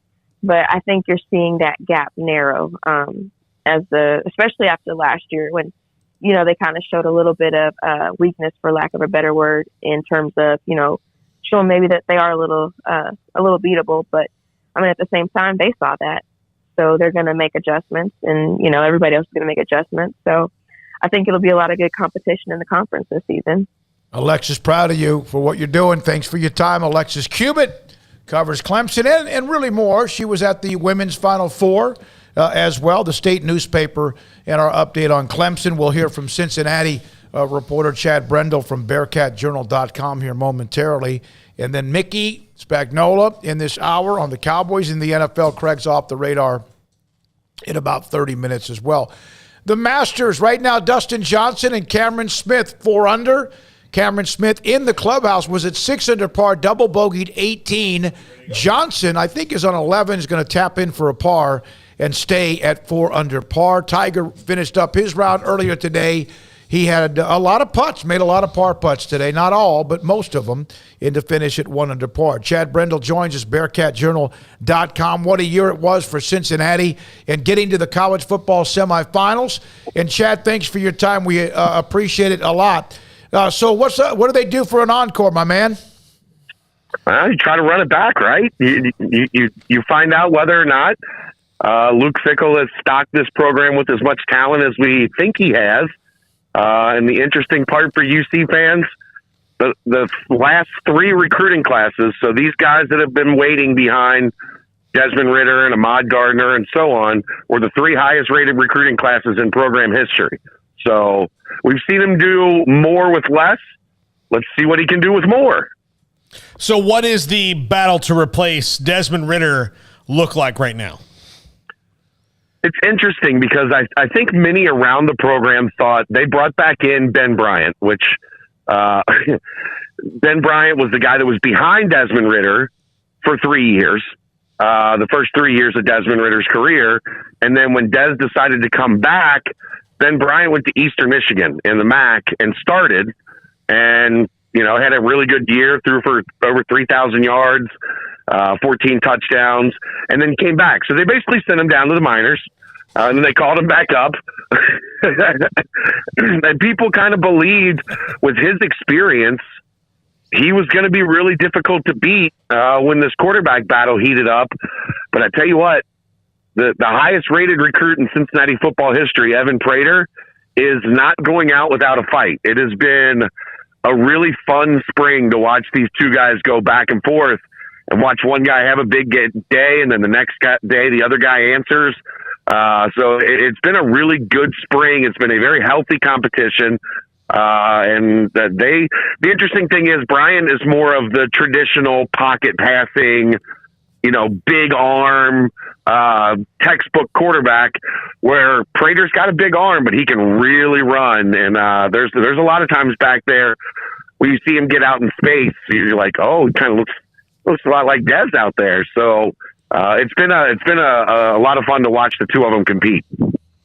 We've talked to a lot of Baylor players and coaches who, whenever you bring up last year, they acknowledge it very briefly and then move on. And they, it's in the past. It doesn't matter. It doesn't have any bearing really on this year other than it just let them know, like, hey, this is what we can accomplish when we work hard. Has there been a similar mentality that although Cincinnati's experiencing these great heights, that last year was last year and it's up to this year's team to build off and create their own story? Yeah, I mean, it's interesting because so many of those pieces are gone, right? I mean, Cincinnati's looking at 8, potentially 9 guys are going to get drafted at the end of the month. And, the identity, the core of that team, the leadership of that team is gone. So this is essentially a very new feel, a very new type of team in comparison. Like when you look at, 2 years ago when they went to the Peach Bowl and they lost to Georgia, most of that team returned. There were a couple guys that moved on, but Ridder and Gardner and, like the Kobe Bryant and all the names that became household names this year, they were all back. This time it's got a different feel to it. So I think it's a lot of guys looking to prove themselves and a lot of guys that didn't get a lot of time last year to kind of rely on that. You know what I mean? Like that thought process that we're running it back. This isn't running it back. This is more, we got to prove we've got some staying power now. Chad, I had a question for us on our text line. When you talk to Chad, I'm curious to know how many 4- and 5-star recruits are now able to get from big high schools from Cincinnati and Dayton? That's going to be interesting. They just lost out on a tough one. They had their number one target was a kid named Malik Hartford that they did a phenomenal job recruiting, but Ohio State hired away Cincinnati's DB coach and put him at Malik Hartford's position, and now Malik Hartford is going to Ohio State. So that's a tough one. The reality is you're probably not going to beat out Ohio State on those kids, but Ohio State is very selective in Ohio. So there are some kids that, they're going to have a chance to go after, especially the local ones, which, now that you're going to be in the Big 12 and you've got a history of winning, you've got a proven coach and a proven culture, each year it's going to be easier and easier to knock down those doors. Yeah, the good news is they don't have to beat Ohio State, except for, once in a blue moon. So, Chad, you mentioned the draft at the end of the month. I was curious what you thought Desmond Ridder really slots out as somebody who watched him over his career. I may be biased here, but you're starting to hear this more and more and more. I think he's the number one quarterback in the draft because I think he is that complete package of arm talent, leadership, knowledge, ability to run. I mean, Cincinnati ran a very pro-style offense. If you look at their passing concepts and the way that they operated, He knows how to read defenses. He knows how to get in and out of his checks. And he's a guy that we heard stories when he was a true freshman, when he was redshirting. Like, we heard stories then about how guys just flocked to him as a leader. We saw it play out for 4 years. He's benefited from the fact this isn't a draft with a Trevor Lawrence or somebody like, major at the top of it. But I think as more and more NFL teams are getting to know him, you're starting to hear his name come up as that number one quarterback more often. I think probably middle of the first round, somewhere right around 15 to 20 sounds about right. But I wouldn't be shocked if somebody falls in love with him over this month through the visit process and takes him early. Chad, what was the reaction around Cincinnati with the news about Bob Bowlesby stepping down as Big 12 commissioner? Not a lot of reaction yet. I don't think the fan base is like hyper engaged on the Big 12. I think that'll probably happen when they have a date. Like, Cincinnati starts July 1st, 2023. I think the focus will turn then. I think there was, some curiosity. A lot of people wondering how much say Cincinnati would have in the new commissioner. I tried to explain to them very little. As I explained it last night on one of our YouTube shows, I said, look, Cincinnati just bought a house in the neighborhood. You don't buy the house in the neighborhood and then control the homeowners association at the same time. That's not how this stuff works. You got to build a little equity in the neighborhood before you start calling the shots. So there's people that are at least keeping an eye on it, but I don't think it has drawn a ton of attention yet, because I think people are just waiting to hear, like, this is the day that Cincinnati's in the Big 12. Chad, is there a sense that after the crazy game of musical chairs that we had in college football coaching, and Luke Fickell stared down many opportunities he could have thrown his hat in and said at Cincinnati that if I know that it'll never be like this because his name's always going to come up when a big job comes up, but if he could stare down those jobs and say no, that outside of Ohio State maybe coming open, that people are at ease? Yeah, I think he's made it pretty clear. Are there a couple things he would listen to, or, he's always going to, keep his options at least somewhat open. But as long as Cincinnati is doing what he feels needs to be done to push the program forward and to compete at the highest levels of the sport, he's happy here. And I know it's hard for people to believe that, because so many coaches have said that and just been talking out their rear end. But Luke Fickell's a different guy. Like, generally, if he says something, he means it. And, it's been really interesting to watch play out. The Notre Dame thing, like, Cincinnati got lucky, if you want me to be honest, in my opinion, because any other year, he would have listened. And who knows what would have came out of that. But with his team playing for a championship and occupied through the first of the year, he told Notre Dame, look, if you want to talk, you can come talk. You guys heard about what he did with his contract, right? I don't know if we did. When was it and what was it? So what happened was week 7, his athletic director went into his office and said, Luke, here's your contract. Here's your extension. And it was, $1 million a year raise. And Luke said, thanks, but I'm busy right now. I'm going to put this in my briefcase and we'll talk about it after the season. And that's what he did with Notre Dame. That's what he did with everybody that called. He's like, I'm busy. I got things to take care of. I got work to do. If you want to talk to me about business that's outside of this team, you're going to have to talk to me after the season. And that's how authentic Luke Fickell is. Could you imagine just throwing $1 million a year raise in your briefcase and being like, we'll get back to that in 2 months? That is not quite the same, but it's very much similar to Dave Aranda. When all the chirping was going on, as all these these jobs opened up, LSU and USC and others as well.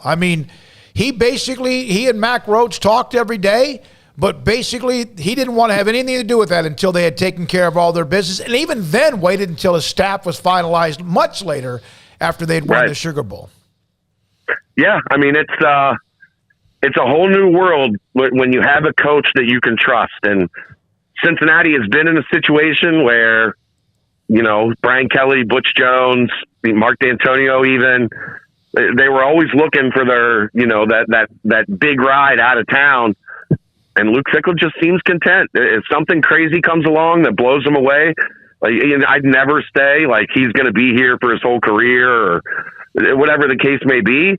But he's the one guy that has earned the respect of, if he says it, you believe him because he's been honest so far. So you take somebody at their word, right? Yep. Well, and Chad, I think we're kind of in a new spot with a lot of coaches where, if the money is as great as it is, and it's great, it's got to be great everywhere. Now, I know that sometimes you get bowled over and be like, well, I'm going to have to take $9 million. I mean, when are you going to get a chance to do that? But what's the difference between $5 million and $6 million if the state you're going to might have more taxes and the place you're going to might be a bigger headache than the one you're already at, and your kids are happy, your wife's happy, you like your golf course and everything like that? Like, why leave? The grass isn't always greener, I think, is what a lot of coaches have learned. How many of these guys have been on the come up and they're climbers and they keep climbing and climbing and climbing. And then they get to a rung of the ladder that was too big for them. And next thing you know, that guaranteed, I'm happy $4 million a year becomes, I got my $7 million a year, but I also got fired. And now I have to go be an assistant coach again. Yep. I think they're looking around and realizing that that's the reality that's out there right now. Chad, thank you very much for being a part of it. Can't wait as we close in, as we count it down eventually to the Big 12 and adding Cincinnati, UCF, Houston, and also Brigham Young. And also prayers to Kelly, your wife, as she continues to be as tough a person as you could imagine. Thanks for your time today. Appreciate you guys, and always love jumping on and talking with you. Anytime you need me, you know where to find me. Yes, sir. That's Chad Brendel again, BearcatJournal.com for 247 Sports Network. When we come back, Mickey Spagnola, DallasCowboys.com. And then also, Craig's Off the Radar. Paul's top 5 today. Paul, is it on Bowlesby? It is. And the Big 12 and the Commissioner Search and more. Sikkim 365 Radio, 365 Sports. Don Humidor and Coffee Beans in the Town West Shopping Center off Valley Mills in Waco. I usually start with what cigars they have, and I'll get to that. And I've also mentioned their coffee beans, fresh coffee beans that you can pick up like that yourself and grind them yourself, and or they'll do that for you. But also there are the CBD products, including VitaDreams. If, in fact, you struggle to fall asleep at night, no matter if there's you're calm, no matter if there's nothing like whirling around in your head that creates maybe anxiety, but you just sometimes struggle, more often than not, falling asleep. They have a product, CBD product called VitaDreams. VitaDreams a gummy. You eventually kind of learn how much you want, whether it's a gummy, a bite of a half a gummy, whatever it might be, and you will. I'm telling you, you will find yourself falling asleep quicker, faster, peacefully, and next thing you know, you wake up and you're like, damn, I saved myself 30 minutes to an hour of sleep instead of tossing and turning. Now, listen, there are some nights, no matter what's going on with you, it could be at work, it could be personal, it could be financial, it could be you don't feel well, well, it doesn't matter. But even then, it helps a lot better. VitaDreams, and of course, I've told you about the great cigars in their 48-foot walk-in humidor. At Don Humidor and Coffee Beans, tell Carol, Ashley, and Cheyenne that Smokey sent you. With so many companies and policies out there, it gets so confusing shopping for insurance, and I never know if I'm getting the policy that's right for me. Luckily, I met the team at the Niche Group Insurance Agency. With the Niche Group, you can go to one company and get access to coverage options from many insurance carriers, and you get to speak to a real person about your specific coverage needs. With the Niche Group, I know I'm getting the right coverage at the right price. If you need insurance, talk to the experts at the Niche Group at 1-800-258-8302. Riverbend Liquor and Wine, Lakeshore Drive at North 19th Street in Waco is a hidden gem. They've got a great selection of spirits, wine, and the most extensive selection of craft beer in Waco in their gorgeous walk-in fridge. And they have an amazing array of high-end bourbons like Pinhook, Weller, Buffalo Trace, Brush Creek, Hotel, Garrison Brothers, Thomas S. Moore, Hooten Young, and Bardstown. Great customer service and a convenient and speedy drive-through window. Riverbend Liquor and Wine. Find out more on Facebook and Instagram. Did you know that Waco Regional Tennis and Fitness is a partner of the City of Waco? Did you know that we are open to the public? Waco Regional Tennis and Fitness offers day passes to the public for only $10 a day, and we offer money-saving memberships. Waco Regional Tennis and Fitness offers over 40 group exercise classes each week, including bar, yoga, boot camp, indoor cycling, and more. There are free weights, weight machines, TRX, rowing machines, stationary bikes, new treadmills, elliptical machines, and much more on the spacious weight room floor. Personal training available where you can be encouraged to grow. Sauna, whirlpool, tanning bed and kids club, 17 tennis courts, 8 pickleball courts, youth and adult tennis and pickleball lessons. Waco's premier experience where you can help your mind, body, and soul. Visit our website at wacotennis.com. Call us at 254-753-7675 or visit us next to Hawaiian Falls on Lakeshore Drive in Waco.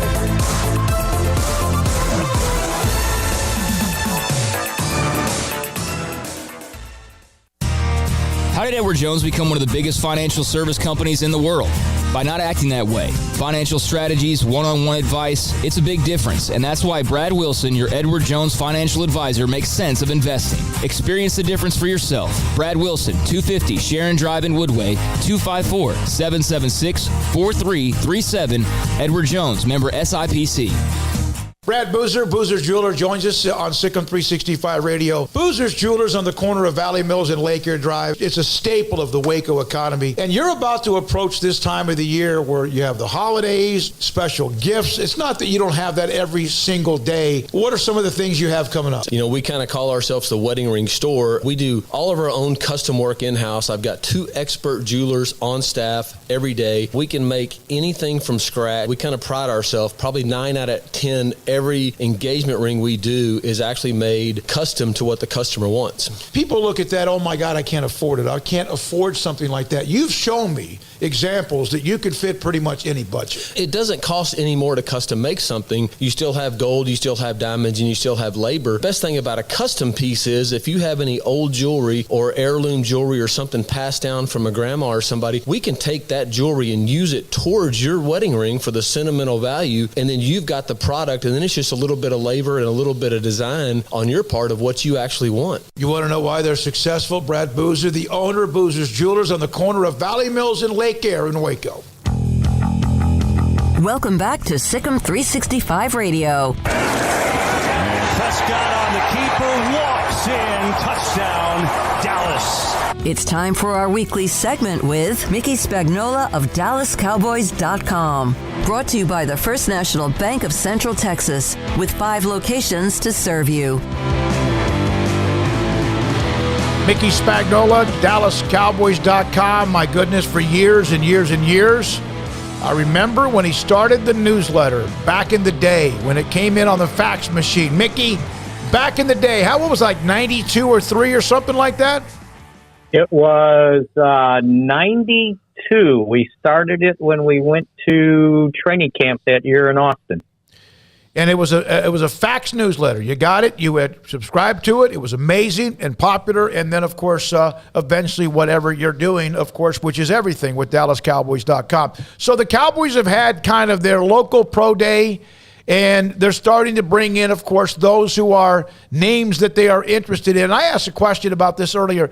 Do you ever bring somebody in you're really not interested in, or do you ever not bring somebody in you really do want as mind games, or is that just silly, wasted time? Yeah, I think it's silly, wasted time. I think 2 things happen. One, you bring guys in that you want to find out more about in your atmosphere when they're away from where they're at, because they're more comfortable on their pro days. And then 2, you bring some guys in that you're you're still trying to figure out more about. Guys that maybe you didn't get a chance to meet with at the Senior Bowl or the Combine. And, when you go to pro days, you don't get a chance, like if there's 32 teams there, like the other day I guess it was yesterday at LSU, you don't get a chance to get a one-on-one with the players. So sometimes they just bring in guys that they don't know enough about. And it's not like a ruse or anything. And then they might be 4th-round picks or 5th-round picks. It's not all about just the first round. Mickey, do you see a scenario in which a player would start maybe falling a little bit and the Cowboys could get aggressive and move up from 24? And how far do you think they'd be willing to move? Like, how far would that player have to have fallen for them to get aggressive? Because this is a team that's pretty conservative in the first round right now. Yeah, and I don't know that in this draft, by the time you get to the territory of 24, you can't sit there and go, okay, that's just got to be the guy I have, because if he's that good, he should be gone by then. I could see maybe 3 or 4 spots up. And I could also see if you get to 24 and you have 3 or 4 guys that you're still saying, okay, if I had any one of those guys, I'm happy with. There might be a team that says, you know what, I still need that quarterback and I need to move up.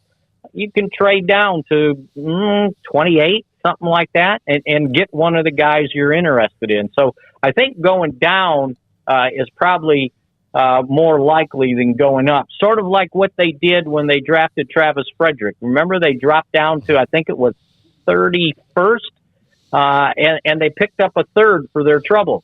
And they were in that, 20 range, 23 range.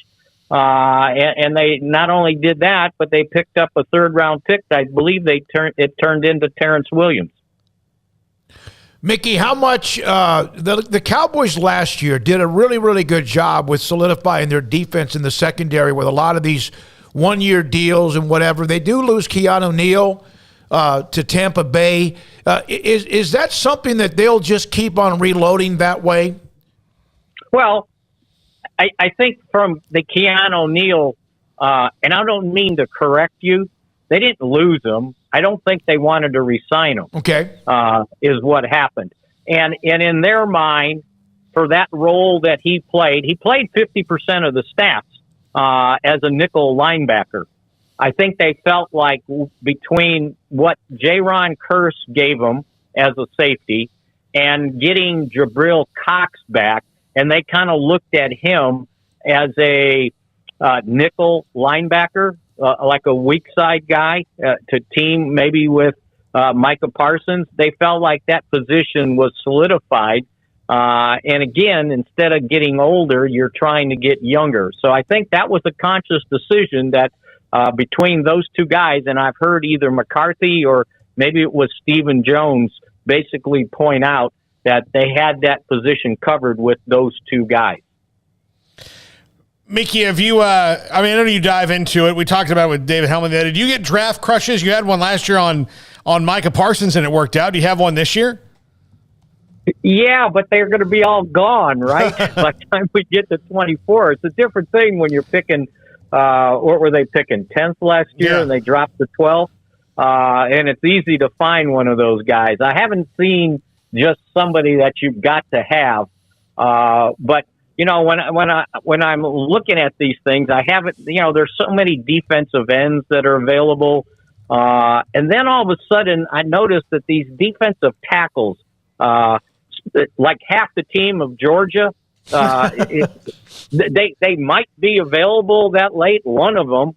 And so, although I do have one, I'm not sure, he's a first round pick, but the defensive tackle from Oklahoma, I want to say, I hope I say his name right, Perrion Winfrey. Yes. Yeah. Have you seen the highlights of that kid? Yeah. We were taping the show, The Blitz, last week, and this guy flashed across the line of scrimmage, not across, but alongside the line of scrimmage, and just nailed the guy with the ball. And he was wearing number 8. And I asked Bill Jones, I said, "Who's that linebacker?" He goes, "That's no linebacker. That's a defensive tackle. He's 340 pounds." And it's like he moved like a linebacker. So I've seen his name come up, somewhere in the second round. But I also noticed that I saw one list that was projecting who the Cowboys were bringing in for their pro days, and he was on it. And so if I got a crush now, it's like I can find, and this will be similar to last year with Micah Parsons when somebody asked me, "Well, you got, Jalen Smith and Van Der Esch and this guy and that guy. Where are you going to play them?" I said, "On the field." And so the Cowboys, they've got depth at the defensive tackle position. And today somebody said, "Well, where are you going to play them?" And it's like, hey, same answer, on the field. I'll find a spot for a guy if he can play that well at that big a size. Well, and Micah Parsons can accelerate an expiration date on somebody who's not as good as him pretty quickly, Yeah, exactly. And again, and they're going to use him in a linebacker spot. I was glad to hear Mike McCarthy kind of point that out when he got the question. He said, because if I put him at defensive end, he goes, "I'm an offensive coach. I'd love to know where Micah Parsons lining up, down in and down out. But his versatility, if he's going to be linebacker, he could be on the line of scrimmage, he could be blitzing, he could be dropping." He goes, "As an offensive coach, that causes me more problems." So, he's a linebacker, and we'll see where it goes from there. You never know from one year to the next, and there's now more film on him, but he also has more film and tendency on everyone else. But he does seem to be, because we've heard the comparisons, which can be dangerous, but he does seem to be somebody that doesn't just enjoy the fact he was damn good his rookie year, that he wants to be among the all-time greats. Is that true? Yeah, absolutely. He was not satisfied, even though, he had the year he had as a rookie, Pro Bowl, All-Pro, defensive rookie of the year. But again, his point was, but we didn't win, meaning you didn't win a playoff game. And he feels like he's got so much more room to get better. And I'll guarantee you, every play, and he thinks he should, you remember the Hard Knocks thing, when Van Der Esch said something like, "Well, you think you should make every tackle." And he goes, "Absolutely." And he does think that, right? He thinks he should make every tackle. And so you kind of like that in a guy like that, and his nature and his desire to get better. Mickey, thank you. We're closing in on the draft, which gives us even more fodder and discussion. We can't wait. Thanks for your time. We appreciate it. Enjoy the start of the Major League Baseball season. Absolutely. We're 3 weeks away today for the start of the draft. Baseball starts. Basketball's getting ready to start, and the hockey's coming down the stretch. And it's the opening round of the Masters. And it's the Masters, too. Yeah, absolutely. Thank you, buddy. As always, okay, Mickey Spagnola, DallasCowboys.com, with us Thursdays in the 4 o'clock hour, normally at around 4:30. When we come back, Craig Smoak off the radar. In the 5 o'clock hour, we'll check in with Nebraska as they have a spring game Saturday with Mitch Sherman. Also, we'll go to Augusta National with Art Strickland and Paul's Top 5. Sikkim 365 Radio and 365 Sports. Richard Carr, Buick GMC Cadillac. They have a ton of great deals going on right now at Richard Carr, and they are celebrating 23 years in business in Central Texas. New cars and trucks are arriving weekly. You can go by the dealership or go online to richardcarr.com to see current inventory, and you can see all the GMC Buick and Cadillacs that are en route to the dealership. By putting your name on the inbound vehicle list, you can get your vehicle before anyone else. If you need a car today and you want to save, consider one of their dozens of quality pre-owned cars and trucks. All of their pre-owned vehicles go through a complimentary 172-point inspection so you can drive them with peace of mind. Richard Carr pays top dollar on your trade, and with dozens of lending options, they say yes to loans when others say no. As I mentioned, 23 years in the automotive business. In those 23 years, the motto has been people you can count on. Whether it's sales, their award-winning collision center and service center, at which I actually have personal experience with, and I've had it twice in the last year, unfortunately, but it's been taken care of, and they've done a great job. So I can definitely back up the people you can count on slogan. Richard Carr is the dealer you can count on for a great deal and superior service for the life of your car. And they are loaded with premium pre-owned cars and trucks. All go through a 172-point inspection, as I mentioned earlier. And they have over 10 lenders who will do what it takes to get you in a car today, as 100% credit approval is always the goal. For qualified buyers, you can buy a truck now, get 0% financing for 72 months on most GMC vehicles and Buick SUVs. They've got a lot of different options for you. New, get on that inbound vehicle list. Pre-owned, got them ready to go. Check it out. They've all been inspected. They've all been checked, and they will all be a comfortable and safe ride for you to get in and feel good about. So go online or come by for a test drive today. Trust the good local people you can count on for 23 years in Central Texas. Proud Wacoans, proud Baylor Bears. Log on to richardcarr.com today. Call now or go see them now off Highway 6 at the Imperial exit. Hey, this is Bryce Petty, former starting quarterback and two-time Big 12 champion, and I know firsthand the importance of being in top shape both on and off the field. So listen up, men.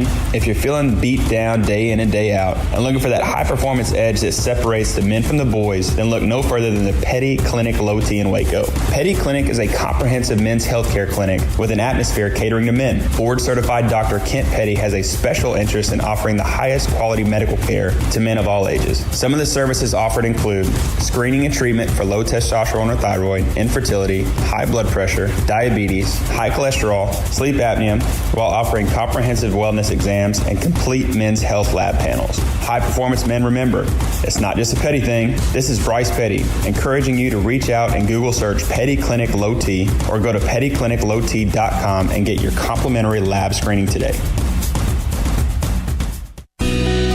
Camille Johnson Realtors guide you seamlessly through the process of buying your dream home or selling your current one. Commercial, farm and ranch, or residential, Camille Johnson Realtors can smoothly and successfully lead you through any transaction. With a team of 28 experienced agents who are excited about serving you, Camille Johnson Realtors services the entire greater Waco area. If you're in the market to buy or sell, contact Camille Johnson Realtors, 104 Midway Center in Woodway, or find them online at www.camillejohnson.com. Camille Johnson Realtors, elegant, charming, warm. Welcome home.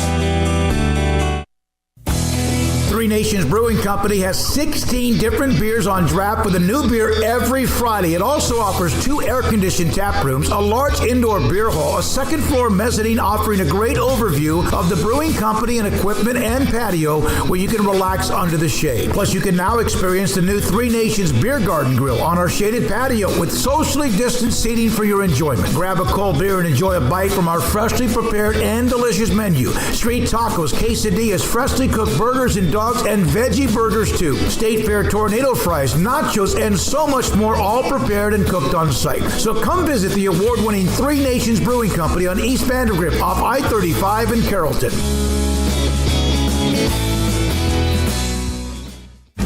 Shorty's Pizza Shack at 12th and Bagby is a homegrown, family-owned and operated must-visit pizza place in Waco. Fantastic pizza by the slice or get the whole pie to share. Great happy hour specials every single day, and it's not just pizza. Great wings. You have to try the Sikkim sauce, chili cheese fries, pizza pillows, and more. Dine in for a great hangout or carry-out. Order online at shortyspizzashack.com or do yourself a favor and bring your crew to the restaurant at 12th and Bagby. Shorty's Pizza Shack. Tell them Paul sent you by.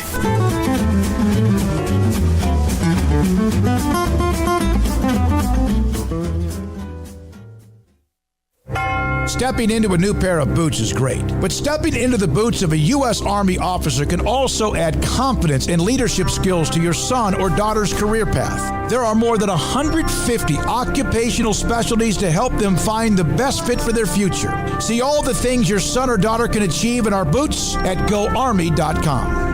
U.S. Army Waco Recruiting Company, 254-598-8131 or 254-776-1543.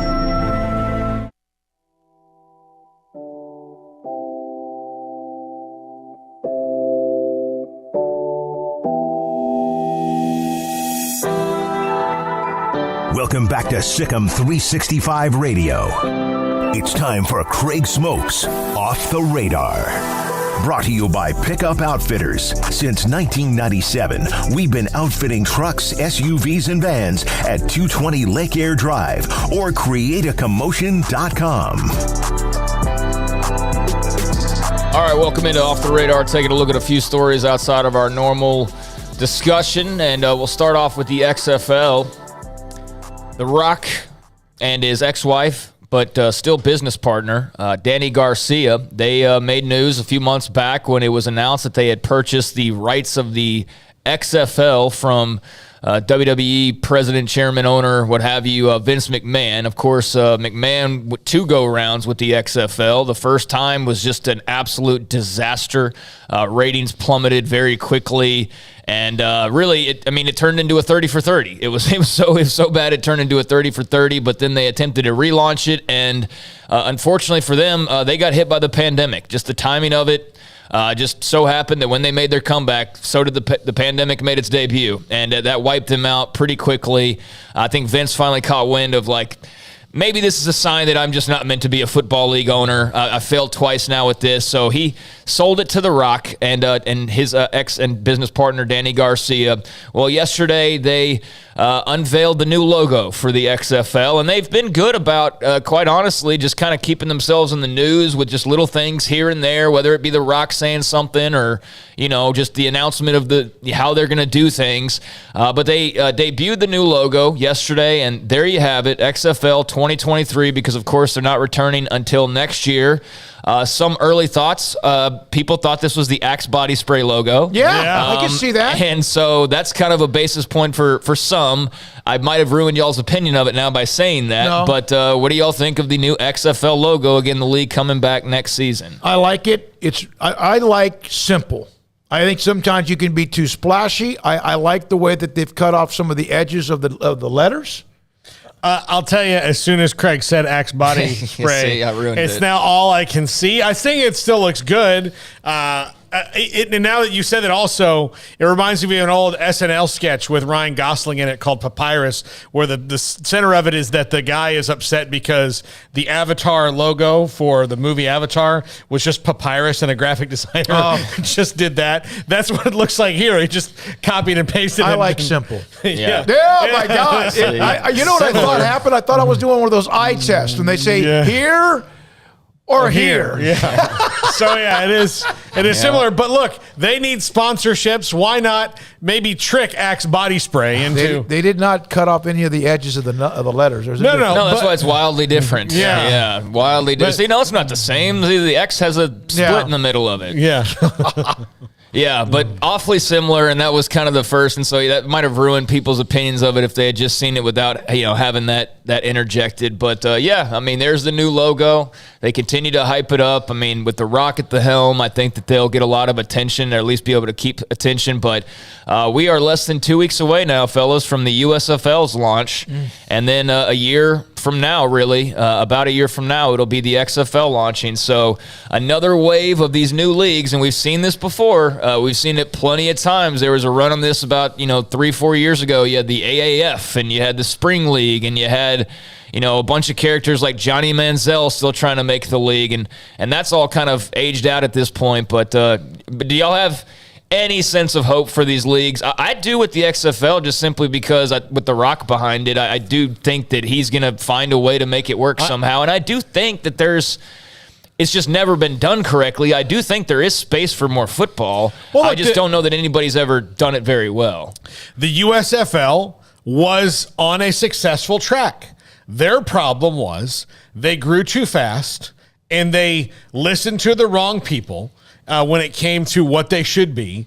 And as to not start a political argument anywhere, that wrong person I'm not going to name, but we all know who he was. Well, you've always said it three times in your... Look, Donald Trump wrecked the USFL. It's not his fault that everybody listened to him. Other people should have been able to stand up and say, no, we shouldn't do this. No, but... all leagues screw up when they try to expand too early. Yeah. Period. It's his fault for having the idea, though. So and then taking charge of the thing and running into the rocks and not listening to anyone else. He's also had a lot of ideas that were amazing, but this one was not. Yeah. Agree to disagree. But I think that if they just stay being a spring football league and being what they are and not growing too fast, they'll be fine. But that's not what they all try to do. All right. Elsewhere, the Freddie Freeman and Braves situation is interesting as Ronald Acuna was part of an interview with Albert Pujols. And they were, Jansen Pujols, journalist Jansen Pujols, and they were doing a little interview back and forth on Skype, and they were talking about Freddie Freeman's departure from the Braves and, how much of a surprise it was and, what did you think about him going to the Dodgers and all of that. And it was interesting to hear Acuna. Here was the question, what are you going to miss the most about Freddie Freeman? He said, me, nothing. You didn't talk to him? No. You guys weren't close? We were close in that we shared the same stadium, but we had a lot of, lots of clashes. Yeah, lots of clashes. He didn't go into further detail about what the clashes were. He just talked about how he got picked on a lot as a rookie by the veterans, and one of those incidents they assume was referring to Freeman, in which he got eye black, like physically wiped off of his face, which, unless you're in that not being there, I don't know how embarrassing that was or whatever the case may be. But while there are a lot of Braves fans that are going to miss Freddie Freeman, apparently there's a pretty good player remaining in Atlanta that's not going to miss him, it appears, at all. Well, their actual best player in Ronald Acuna. And a lot of it had to do with it, I guess, the hazing or the rules or whatever. So I don't know. I mean, look, Freddie Freeman could kill somebody in Atlanta, and there's a million people that will hide the body. So, I mean, he's that popular. So, but Ronald Acuna is about to be that anyway, and he was hurt last year. I was kind of surprised to hear that, but look, not everybody loves the nice guy in the clubhouse, the Freddie Freemans. The guys like that. Not every, like Joey Votto for the Reds is one of the most popular players across Major League Baseball and one of the nicest guys in the world, apparently. But I'm sure there's some people like, I don't like that guy either. So elsewhere, Lamar, an interesting move expected to be announced on Friday. They just joined the Western Athletic Conference a year ago, and they were leaving the Southland to go to the WAC a year ago, and now a year later they're going back to the Southland, apparently. There is supposed to be an announcement at some point. I guess it was released right as we went on the air that they will be holding a press conference on Friday at 11 a.m. And the expected announcement is that they will, in fact, be going back to the Southland Conference. Back in November, you had Sam Houston. They decided to join Conference USA. So just the shuffling continues. And the WAC, of course, announced that Incarnate Word would be coming over. UT Arlington as well, although it's not a football school. And then Southern Utah set to join the WAC in 2022. So as much as we talked about like the Big 12 and all the realignment going on there, it's really the lower levels that experience the most. But interesting that, you played 1 year in the WAC. You obviously didn't like it. It didn't go very well. They were winless in conference, and I guess they saw enough and decided to throw in the towel and head back to where they were. I could not, if you said, here's $1 million, tell me who was in every conference and the names of the conferences, I would absolutely, I couldn't, I maybe could have 20 years ago.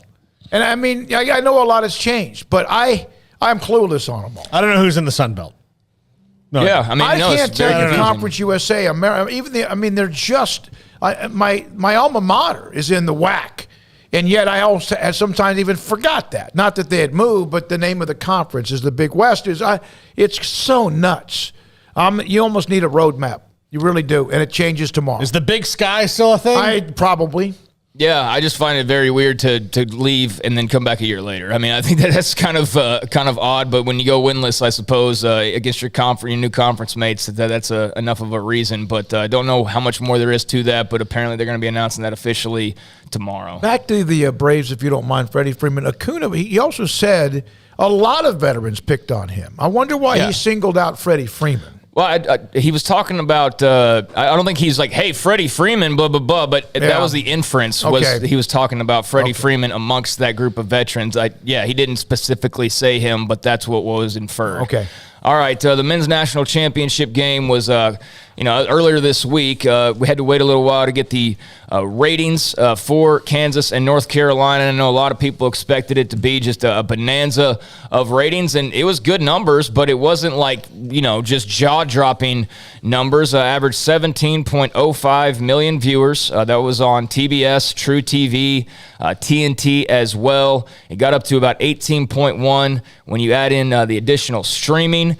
But down slightly from Baylor and Gonzaga, at least the initial numbers were, which averaged 17.08 million. And if you add the streaming audience, then it decreases a little bit. But the Nielsen reported audience per Sports Media Watch increased 7% over Villanova and Michigan in 2018, but declined 4% from Villanova, North Carolina in 2016, which was 17.75 million. But what was the most interesting part about the ratings is the fact that the national championship game was not the highest watched game. Why do you think that is? Maybe because Duke and North Carolina played in the round before. So that one knocked it out of the park. That averaged 17.66 and then 18.5 when you add in streaming. The title game was healthily watched, but wasn't anywhere near the most watched game of the last several years, nor was it the most watched game of this tournament, because that went to Duke and North Carolina. I don't think that's probably much of a surprise. Yeah, that game, the crescendo, the build-up, you could see the collision course after North Carolina beat Baylor in overtime, and it lived up. It was as good and lived up to all of the hype and then some. That's no question. And late at night, perfect prime time. Yeah, I'll just do a final note here. MLB announced their new media rights deal with Peacock. 18 late morning and early afternoon Sunday windows that will run from May 8th through September the 4th. The simulcast the first game of the package, which will be White Sox, Red Sox on May the 8th, and then all the remaining games will be exclusively on the Peacock network. They're getting back into Major League Baseball broadcasting, first time since 2000, and they will be 10:30 our time, first pitches, which will be kind of interesting, the first 6 games of that schedule, and the remaining games will start at 11 a.m. Central Time. So you're going to have some early baseball action, but the Peacock game will be the only one played until 1:30 East, and they will also carry the All-Star Futures game. So just finding ways to get more baseball on TV at different times and different options for people. And elsewhere in baseball coverage, TBS, with their Tuesday MLB games, apparently Bob Costas is going to be one of their new play-by-play voices for that TV package, MLB on TBS. He won't be on every broadcast. He'll split some time with others. Bob Costas will be working as well. So, one of the Hall of Fame greats. I always thought that was the best thing he did was play-by-play. It was, but then he started to get a little bit over the edge with some things, and people were offended by whatever his opinions were. I don't know if anybody was. I don't think you're necessarily offended by Bob Costas. He isn't the kind of guy like he's not offensive like Howard Stern or someone could be, where they like push the envelope. I think you're just like, man, how pompous are you? No, pompous is probably a better word. It was just like, okay, like you're entitled to that opinion and great, but like the way you're saying it to me is really... What's happened is a lot of people who are, and Craig, great stuff, fantastic stuff, but one of the things that we're seeing now is that some have a role. That doesn't mean they can't stretch their role, just like what we can't.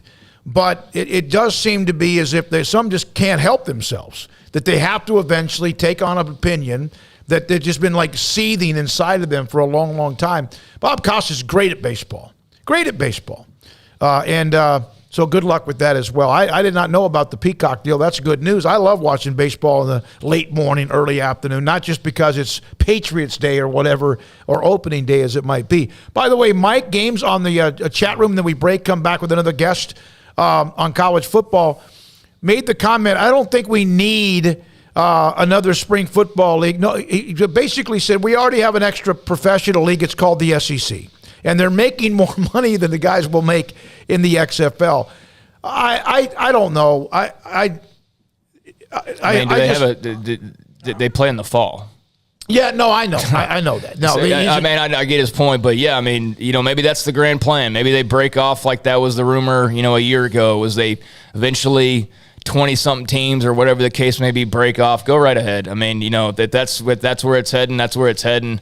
But yeah, until then, until that's established or until that ever occurs, there's always going to be people trying to, live off the football and try to be that next great league. And that's why we see it every year. There's some new league that pops up, and why, even though 3 and 4 of them failed, 3 years ago, whether it was COVID related or not. That's why here we are, and there's 3 new leagues again, and they're all getting ready to start up in the next year or so. And you wonder if they'll last even into the first year. We've seen the spring league, and we saw that COVID killed this and killed that and this and that. When we come back, Mitch Sherman covers Nebraska for theathletic.com. They have their spring game, our 4th team we hit today, and more, of course, as we go on. It's a big chunk of games this weekend. Also, Art Strickland from Augusta National, where right now M is leading at 5 under par and has 3 holes yet to play. That's now the top number with Dustin Johnson right below it. Cam Smith in the clubhouse at 4 under and Scotty Scheffler in the clubhouse at 3 under. Tiger shot 1 under par. This is Sikkim 365 Radio and 365 Sports.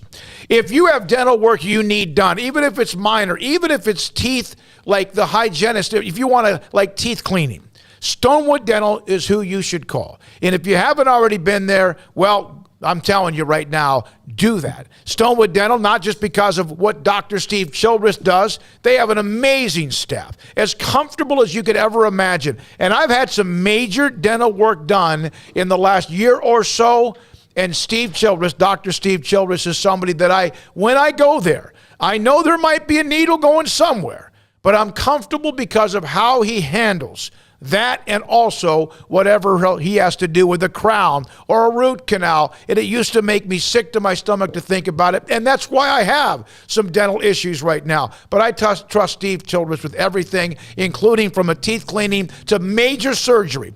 Dr. Steve Childress in Stonewood Dental in Robinson, Texas.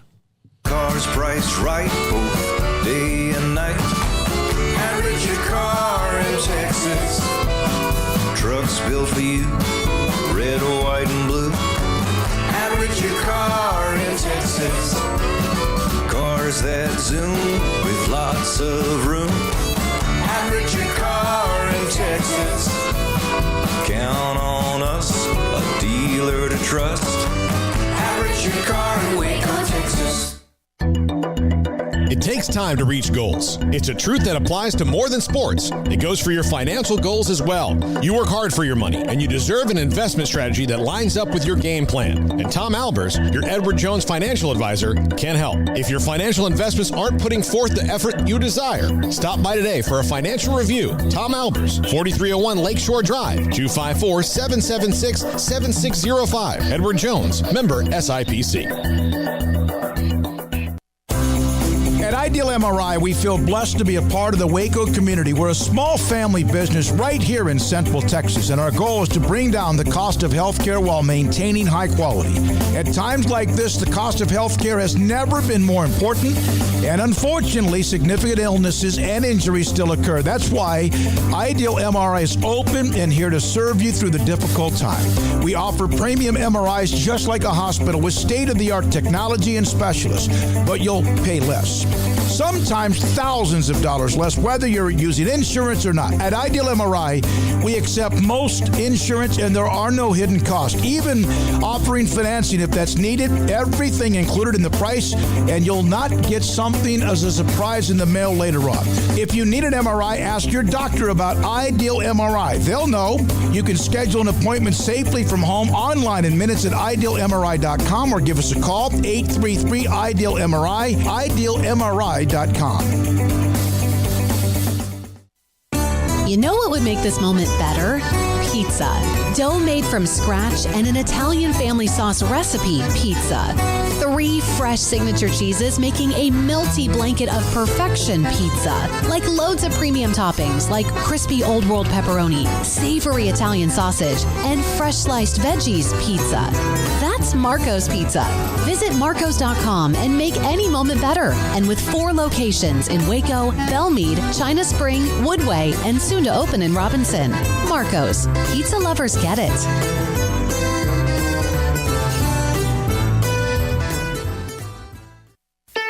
Don Humidor, your home with a 48-foot walk-in humidor with the elite cigar brands from around the world, including the #1 cigar of the year, Aging Room Cuatro Nicaragua. Plus, they have the great brands like Macanudo and Artur Fuente, Rocky Patel, Aston, and so much more. CBD, great for sore muscles, aches and pains, sleep, Vita Dreams, and anxiety, mild depression, general health and wellness. Their staff very knowledgeable on the subject. If anyone is curious about CBD, ask Carol and Ashley. Don Humidor in the Townwest Shopping Center off Valley Mills in Waco.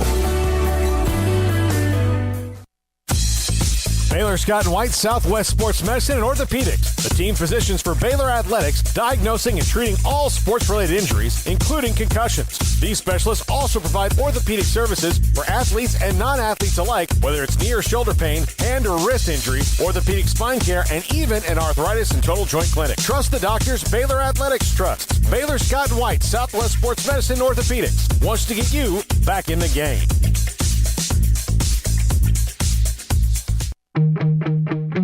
Welcome back to Sikkim 365 Radio. They go to the eye.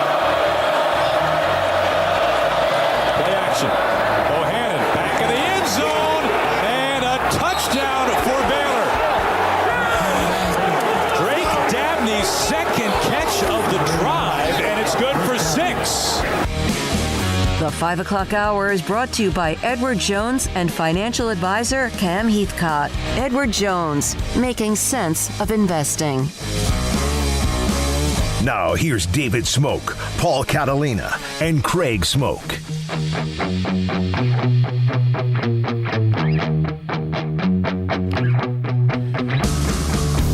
It's our 4th team to check in with as we have a massive weekend of spring games. I don't know if many do better than what Nebraska does, although I don't know if it still has that same oomph because of the last few years. Mitch Sherman, theathletic.com, covers Nebraska football. Lots of changes. And Mitch, thanks for your time. I don't want to ask you the question, but I have to. Will those changes make a difference? Can you see a difference? Do the players and coaches truly believe there's a difference? Well, I can see a difference in the things that they're saying, and I think there's a difference in the focus, some of the attitude around the program on the offensive side in particular. That's where the changes were made for the most part. Nebraska had a defensive line coach, Tony Tuioti, leave for Oregon, and then Scott Frost fired 4 offensive assistants with 2 weeks to go in the regular season in November. So you've got 4 new offensive assistants, including a coordinator, Mark Whipple, coming from Pitt, where he got Kenny Pickett, the quarterback, to the Heisman Trophy ceremony, and a special teams coordinator added to the mix. So yeah, I mean, there's a difference. There's some changes in the way that they're talking about this thing, but you know, we've seen that. We've thought we've seen that before, and those changes have not equated to more victories on the field in the 4 years under Scott Frost. So I'll wait until August 27th when the Huskers open in Dublin against Northwestern, and that is me bragging to you that I'm going to Ireland for the season opener in 4 months. Do you get some lead time when you go early to scout out things for the Athletic? You got to get your clock right. Like a month, do you think? Would that do it? Look, they just got sold. They got money. I'm going to go like 3 days early. I think Nebraska's going out on Monday with the game on Saturday, August 27th. So I leave on Tuesday and get in Wednesday morning. So looking forward to the opener. Yeah. Mitch, how's is there a legit quarterback competition, or is this Casey Thompson's job right now? It's Casey Thompson's job. Scott Frost will not say that, has not said that. Interestingly, Whipple, the OC, said it on the first day of spring practice. So it had been through 1 out of 15 practices, and he said Casey's the guy taking the snaps with the #1 offense. He was asked why. He said, well, because he's the best that we've got right now. Or take out the right now. He's the best that we've got. So, it's been his job through the spring. I think Logan Smothers, the returning third-year quarterback who was the backup to Adrian Martinez last season, started the Iowa game and played well in the season finale until things fell apart team-wide in the fourth quarter of that game. He's done well according to the coaches and teammates this spring, and he's a viable, legitimate number 2 quarterback if something is to happen to Casey, and that's assuming that Smothers decides to stick around. No indication that he's going to leave, but this is his 3rd year in the program, and he's now behind a player who wasn't there when he got there. So, there's going to be a new influx of players in the transfer portal across the country coming up here when spring ball ends on campuses, and it'll be interesting to see if any of these Nebraska quarterbacks join that mix. You have Chubba Purdy, the Florida State transfer. You have Heinrich Harburg, who is a year behind Smothers as a quarterback in the program. And then there's Richard Torres from San Antonio, who's an early enrollee this spring. So, Mitch, what have you been able to gather in terms of what a Scott Frost offense now paired with a Mark Whipple offense will look like? How does that come together, and what does that look like differently from last year? Well, Frost has really handed a lot of control, or all of the control, at least in the passing game, over to Whipple. So I think you can look at Pitt, you can look back at UMass when Whipple was the head coach there to get an indication of Nebraska and what they want to do in throwing the ball around. But then there's the running game element is going to be primarily dictated by Frost, and it seems that's where he's sunk his energy into this offense is in maybe going back to some of his roots and some of the more creative ways that they ran the ball when he was at Oregon as receivers coach and then as offensive coordinator. And of course you saw that in 2017 at UCF and that undefeated season with just ways that they got players the ball. And it wasn't always the running backs. Sometimes it's receivers carrying the ball. Nebraska has a deep group at running back and a talented group, I would say. Not quite as deep at receiver, especially after the departure unexpectedly of Xavier Betts this spring. He's a 4-star player out of the Omaha area who just didn't go into the portal, but just stepped away from football. So we'll see if that holds through the off season. There is likely a spot for him if he chooses to come back, but not any kind of real indication that that's going to happen. It thins Nebraska out a bit at the receiver spot. They do have Trey Palmer. A really talented, former 5-star kid out of Louisiana who followed his receivers coach, Mickey Joseph, the former Nebraska quarterback from LSU, up to Lincoln. So what Frost is going to do is just find ways to get those guys the ball, in the short passing game, in the run game. And then, we'll see if those two things are able to mold together. If there's a marriage that can exist between what Frost wants to do in the run game and what Whipple wants to do in airing things out. I saw the Betts note. I wasn't sure if that was a transfer issue, injury, or, as you mentioned, needing a break. They can't catch a break sometimes. And, of course, sometimes that's just because the program, you get into a funk. But they're also struggling keeping just the local talent, and there's not a lot of it. But this year, isn't this a class that Nebraska, for the state of Nebraska, bang for your buck, is a pretty loaded year? And they're even losing some of them? Well, if you're talking about the 22 class, the group that signed in December and February, yeah, and this sounds like nothing in Texas, but there were 4-star players from the Omaha area, which is a big deal for Nebraska. I mean, you're talking about a state with less than 2 million people, and to have 4-star kids in the largest city in the state, that's generally going to be a huge thing for the Nebraska Cornhuskers because you're going to get 3 or 4 of those guys. They got none. Tight end Caden Helms going to Oklahoma. Tight end Micah Riley Ducker going to Auburn. Offensive lineman Deshaun Woods was committed to Missouri, ended up decommitting, and he's going to Wyoming. And then Devin Jackson, a linebacker, off to Oregon. So you're not; these players are not going to the bottom feeders in the Power 5 for the most part. And then this 2023 group is also a talented class in the state of Nebraska. And while the Huskers have 3 committed from the state, there are some others out there, including Malachi Coleman, who has a Georgia offer and an Oregon offer. He's an athlete from Lincoln East who is in no way a sure thing for Nebraska. And then Maverick Noonan, a defensive end out of Elkhorn South in Omaha. He's the son of Danny Noonan, who played for the Cowboys for a number of years and was an All-American defensive lineman at Nebraska.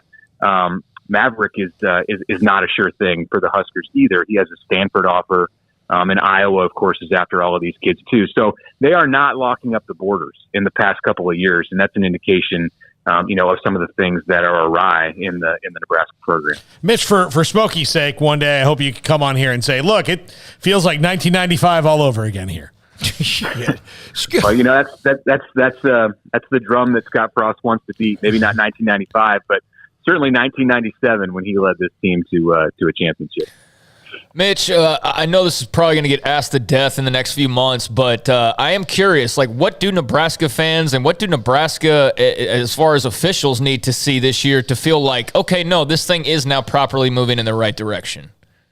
Yeah, I have been asked that before, so we'll get ready for more of that over the next 8 months. Scott Frost, his buyout is cut in half as of October 1st, and his salary was reduced by $1 million this season, with the opportunity to get that back up to the level that he was at in his first 4 years if Nebraska hits an undisclosed benchmark. What is that benchmark? That's the question that everybody wants to know, and it's not an answer that Trev Alberts, the athletic director, is giving. So, is it 6 wins and a bowl game for the first time since 2016? Is it 7 wins, so you win more than you lose? It's probably somewhere in that area. I don't think it's up in the 8-9 win range. And I don't know if it's entirely connected to just a win total. There may be some other factors that need to happen. Now, I think the standard thinking is if he doesn't hit that benchmark and he doesn't get his $1 million back, then there's probably not a whole lot of reason that Nebraska sees in staying with him beyond the 2022 season. That's not been stated. It's not in the contract written that way. But if you're going to put a specific number, which they have done, although they're not saying what that is on this season, then that's definitely going to build up the perception that there's a lot of pressure here for him to make that mark. Thank you, Mitch. Appreciate your time, and we'll hopefully get you on again right before the start of the season in August when workouts begin again. Thanks for your time. Good luck. Sounds good. Always good to talk to you. Headed to Dublin, Ireland for that game against Northwestern to open up. That'd be a really long-ass road trip on the way back after you lose Northwestern or Northwestern loses to Nebraska. Only slightly shorter than going to Odessa for your first high school game from here. Yes, we do have the long trek. We won't need 3 days to see everything in Odessa versus, going to Ireland. And Ireland's not that big of a place. So 3 days probably can see pretty much everything you need to there. But it's just amazing to me that he's in year 5. It really, believe me, I felt every 5. damn day of them. One note about our opening game in Odessa is at Ratliff Stadium, one of the great stadiums in the history of high school football, and that's one I've never been to. So we'll at least be able to check that off the old list. Scott Frost was 19-7 at UCF, and he is 15-29 at Nebraska. So he has gone from 12 games over 500 in 2 years as a head coach to now 2 games under 500 since he rejoined his alma mater. And I always wonder about that. Was UCF the level that was We're working never going to for get him? to year 3. This is it. We're going to end up, this is our last show together. But, I mean, was UCF the level he should have been at? Or was – and Scott Frost takes and deserves a lot of blame, but will we ever really know what a mess he stepped into? Because that's a possibility that you're never really privy to. So you buy a house, you get it inspected, and they still find termites, right? Oh, look, let's not talk about. Or maybe it's a hot water heater that just leaks. Look, I got to tell you, if I ever see the guy who remodeled my house before he sold it to me, I'm going to beat the ever-loving crap out of him. He hooked up to Adrian Martinez, that was the future, and he was such a tease. I still like the kid. Mac Brown hooked up to Garrett Gilbert, and look what happened to him, and he had history behind him. And this is one that they just never, it's not worked out, and I'm stunned by it. Thought there would at least be a bowl team each year and each out. When we come back, we're going to check in Augusta National with Art Strickland. Right now, M leads. He had a nice par on 16. A shot ahead of Dustin Johnson. Cameron Smith in the clubhouse, 4 under. And Brooks Koepka might be in the creek on 15. Or maybe 13, having a pretty good run as well. We'll get into that with Art. Sikkim 365 Radio and 365 Sports. You can go to discoverwoodway.com right now and register on what and how many tickets you want for the mother-daughter brunch at the Pavilion at the Arboretum in Woodway. Go to discoverwoodway.com May the 7th from 11 to 1:30. Tickets are from $30 for moms and daughters each. Moms, you enjoy, along with your daughter, a brunch, activities, crafts, and more. It's the mother-daughter brunch on May 7th, and you can get information from discoverwoodway.com. Also, the perfect place, I mentioned the Arboretum, meetings, galas, conferences, and more, even receptions or rehearsal dinners or weddings. Seating up to 500, 360 or 500 reception-style tables and chairs, and complimentary AV wireless microphone, screen, projector, flexibility of outside vendors if you want them to cater. It is discoverwoodway.com, the mother-daughter brunch on May 7th, and the events in time. A great time, great space and amenities at the Arboretum and the Pavilion, discoverwoodway.com. From the first workout to the last practice, sports is an incredible and rewarding challenge. Hi, this is Dan Ingham with the First National Bank of Central Texas, and we're proud to support each athlete, every parent, and our educators. From families, small businesses, to the biggest industry, we're here to help. With remarkable products like our free First mobile app, we've got banking ideas that fuel big dreams. That's the First National Bank of Central Texas. Familiar faces making local decisions. Member FDIC, Equal Housing Lender. Jeep Celebration is going on now at Allen Samuels. Come see the newest Grand Cherokee, the new 2022, available in a 2-row or a family favorite, the 3-row Model L. Jeep re-engineered for the future. The Grand Cherokee is ready for the next great adventure. Are you? Find legendary power and confidence, along with head-turning style, is what Grand Cherokee is. First responders get a $500 discount. Shop Allen Samuels, DCJ.com, or come in and see our huge selection of brand new cars and trucks. Come by. Let's be friends. You want to know why Stonewood Dental is so successful? Listen to what happy customers have to say. It's pleasant. It's different than any other dentist office. I really feel like they care. And it's not that you're here for 2 hours waiting on someone to take care of you. It's quick and easy, and I bring my kids, and my kids love being here too. They really love the treasure box. Staff is really nice and accommodating, real friendly. You feel more like home. It's not sterile looking. Everybody has their own personalized rooms with decorations and decor, and they'll even have a blanket for you when it's cold. I've recommended people to actually come here, and they are patients now. I really love it here. It feels like family. Learn more, stonewood-dental.com. Parenting is full of surprises. You never know what to expect. So after our son was born, I called my Texas Farm Bureau insurance agent to set up a life insurance policy in case something happened to me. Sawyer is now 2. And we'll soon have a sister. There's no one else I would trust with protecting my family. Stop by and see our agents at one of our 3 McLennan County locations. Coverage and discounts are subject to qualifications and policy terms and may vary by situation. Stepping into the boots of a U.S. Army officer can add confidence and leadership skills to your son or daughter's career path. See all the things they can achieve in our boots at GoArmy.com. U.S. Army Waco Recruiting Company, 254-598-8131 or 254-776-1543. Automatic Chef Canteen is a full-service micro-market vending and office coffee provider with state-of-the-art vending equipment, a wide variety of products, and offering custom-fitted micro-market vending office coffee solutions for your employee break room. You want a full break room solution and a workplace oasis? Well, Automatic Chef Canteen, locally owned and operated for over 50 years in Central Texas, also includes in-house mechanics on call 24/7 for fast, reliable service and maintenance. Automatic Chef Canteen, 6900 Imperial Drive in Waco, or online at automaticchefcanteen.com. Welcome back to Sikkim 365 Radio. Are you a Sikkim 365 superfan? Then try out our premium subscriptions at Sikkim365.com. Art Strickland He takes people on trips, and he has a group at the Masters at Augusta National. Saw some pictures, and he's at Augusta National as they are wrapping up the first round. Still players on the course. And Art, what kind of day was it from the time Tiger teed off to some huge names that are out there right now?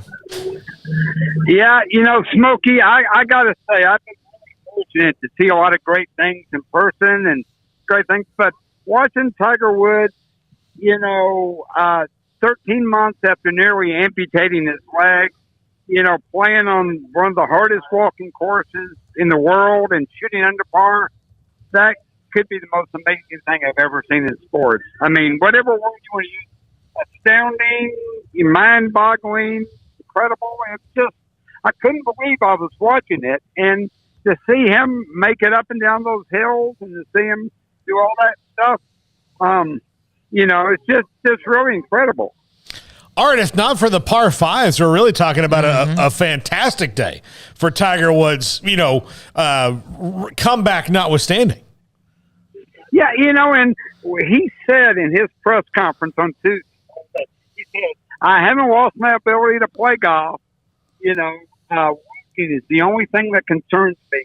And he did today what he always does. He does not make mistakes. He waits for other people to make mistakes. And, if he ever makes a mistake, if he hits the trees on 18, or he pitches out, then hits probably his best today. It's just really remarkable. And, I said I haven't he's going to make the cut. He's clearly going to make the cut. And if you don't think he's in the mix on Sunday, you have not been paying attention. You haven't. I mean, it was a remarkable day. The crowd was 25 deep this morning, teed off at 11 o'clock here at Augusta time. And the crowd was 25 deep when he teed off. I watched him really closely. I didn't see a limp. I didn't see, real fatigue. I just saw a guy that was determined. And I don't know, someone told me on TV they zeroed in when he was walking up the hill after 18 and had a little smile on his face. I think he was just really the way his day went. Yeah, I tell you what surprised me, and this goes with anybody who's had a layoff, is that, he's always kind of been a little bit wacky with his driver, and his driver got him in trouble a couple of times, but as you mentioned, but his irons were razor-like. His short game around the greens, whether it was the chip he made on 11 to within about 3 or 4 feet, he made about 6 or 8 big clutch par putts. But I just thought that would be the part that would bother him, was his short game, because that's what usually goes when you haven't played in a while. He's over 500 days since he played a competitive match. And he made a really good part on the broadcast. When I heard, they said that even when Tiger's playing at the Midwest, which is kind of his home club in West Palm and everything, you need to play a 5.5 hour round when you play with your buddies. You quit before you play a 5.5 hour round, And so the fact that he's 5.5 hours, he shot under par, it's just remarkable. I mean, I don't know what else to say. Usually, if you play 5.5 hours, there's lunch and beers at the turn that lasts a little too long there, or someone's hitting into you. Art, Dustin Johnson doing really well right now. Sung J M is the leader. Anything really surprising you? Scotty Scheffler had a great round. Anything surprise you the most on day one? Not really. I mean, I thought Scotty came in red hot, and he beat red hot. So he was. I mean, Dustin, I think, is in good form. Obviously, he can overpower this golf course, and he proved that in the fall. So, nothing really surprising. I mean, Spieth is there. I don't think Spieth had his best day, but I think he's really good. So, not a whole lot surprised me. I thought that the guys that are usually in the favorites, the Bryson DeChambeaus and stuff, I like all the focus on Tiger. And I don't think it helped them a whole lot. Just, I try not to get too excited about this game because it's my job and it's what I do and what I love to do. But I gotta say that was an exciting. When I saw him hit the first tee and won, really exciting, David. Really was.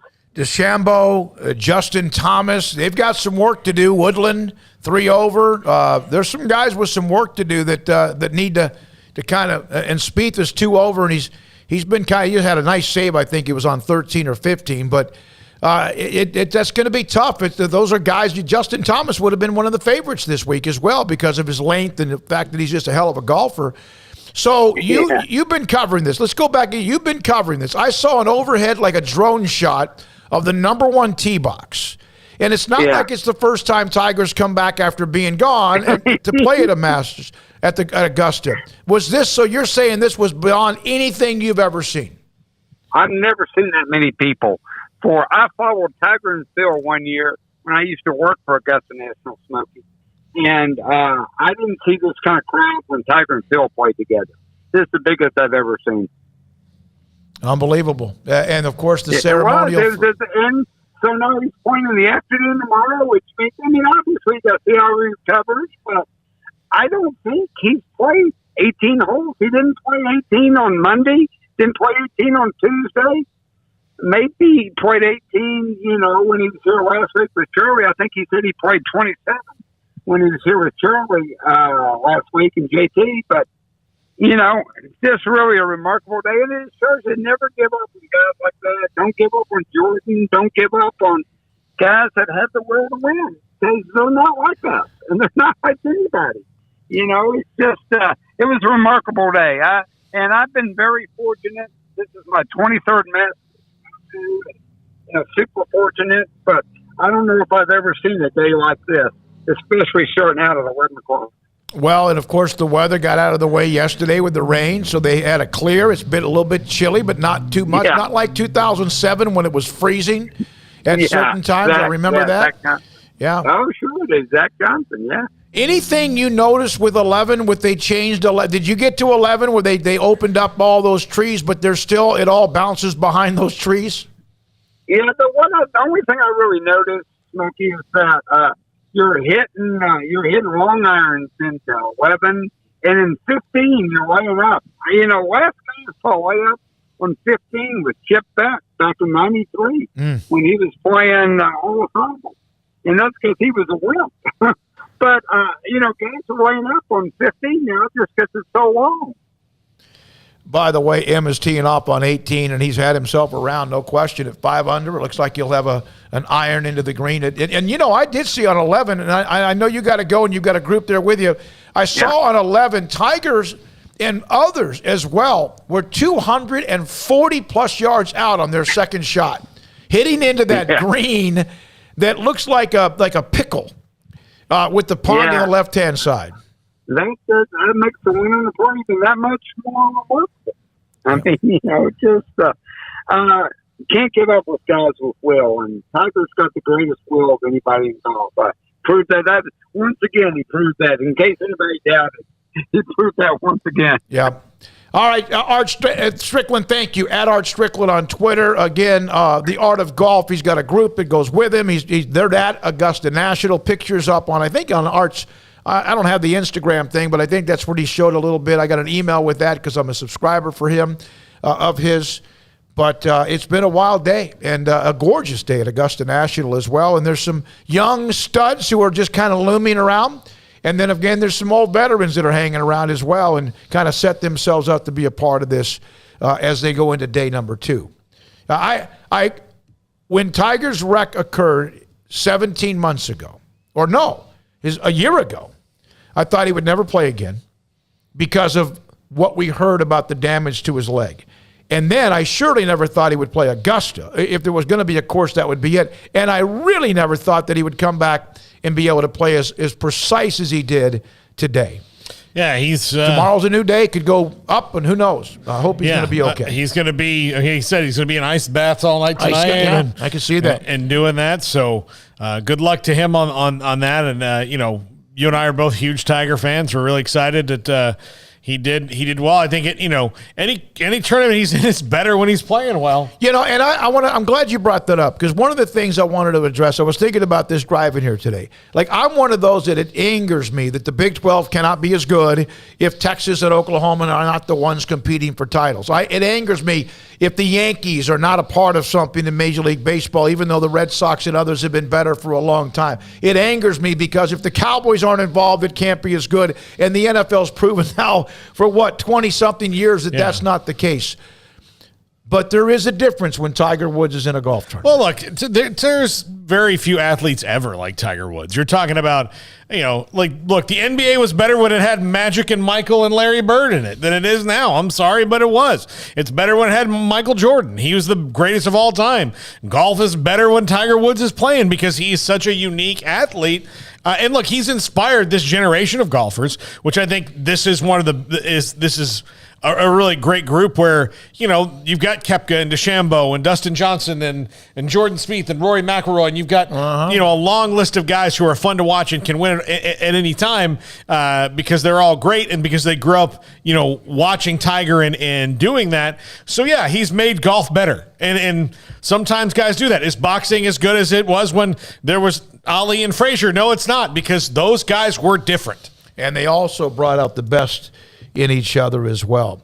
All right, when we come back, a couple of notes. Just keep it here for a minute. Keep it here, okay. Yeah. We every year, and have now for 12 years since Central Texas, and for 20, almost 30 years overall, we honor the elite student athletes from high schools around this area. And a lot of you that have joined us on the YouTube channel that don't know a little bit about that, yes, we cover the hell out of high school football. Some of you know that, or high school sports when we can, and other stories.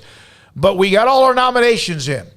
And I increased the criteria, raised the level of the number of GPA you must have, or your average, and we have gotten all the nominations in, and we will go through them this month, and we will announce the 12th annual Central Texas, what is the high school sports academic all-stars team. 10 boys and 10 girls. Texas Farm Bureau Insurance is our title sponsor, and many others who are sponsors of the program. We'll have a banquet in mid-May at the Baylor Club inside McLean Stadium and announce the 20-member team. We'll do the announcement on, I think it's Monday, May the 2nd. But I want to announce, I want to list the sponsors because without them we can't do this. I mentioned Texas Farm Bureau Insurance, Westel Asset Management, Joe Beard, who was one of our original sponsors of this show and also is a huge high school sponsor of ours and is huge into this program. Southwest Sports Medicine and Orthopedics, Alan Samuels, Dodge Chrysler Jeep Ram Fiat, Ray Broker Air Conditioning and Heating, Whitaker Family Fun, HEB, the McLean Group, Drayton McLean, Award Specialties, Healer Printing, Universal Windows Direct, thanks to Scott Davis, and of course the Waco Foundation is and hosts our 501c3. It's a great program. We will start having more information on it. We'll announce the team on May the 2nd, honor them on May 16th, which I believe, if May 2nd, I think May 18th might be the banquet, as when we honor the team at the Baylor Club inside McLean Stadium. So there we go with that. Now, anything else in sports we have not touched on today? There's a couple of stories I saw. We mentioned that Kloppenstein has committed to Baylor, the tight end, the 4-star tight end. I thought I had a story about, Armstrong. Do you have the gunner track athlete, the hurdles, that video that I sent to you on Friday evening? I want you guys to watch this. Remember the kid bowling that blew away Texas, is now at Georgia, like a Olympic-style sprinter, and how amazing he was? This is just a video that I found. This is Gunner, a 2023 athlete. Phoenix Grant. I've never seen anyone dominate a sprint hurdles, I'm talking about hurdles event, like this young man did. No audio here. Watch. This is, I think, 100 meters or so. Look at this. Somebody sent that to me on my Twitter feed. Have you ever seen in a sprint 100 meters? That probably might be the 110.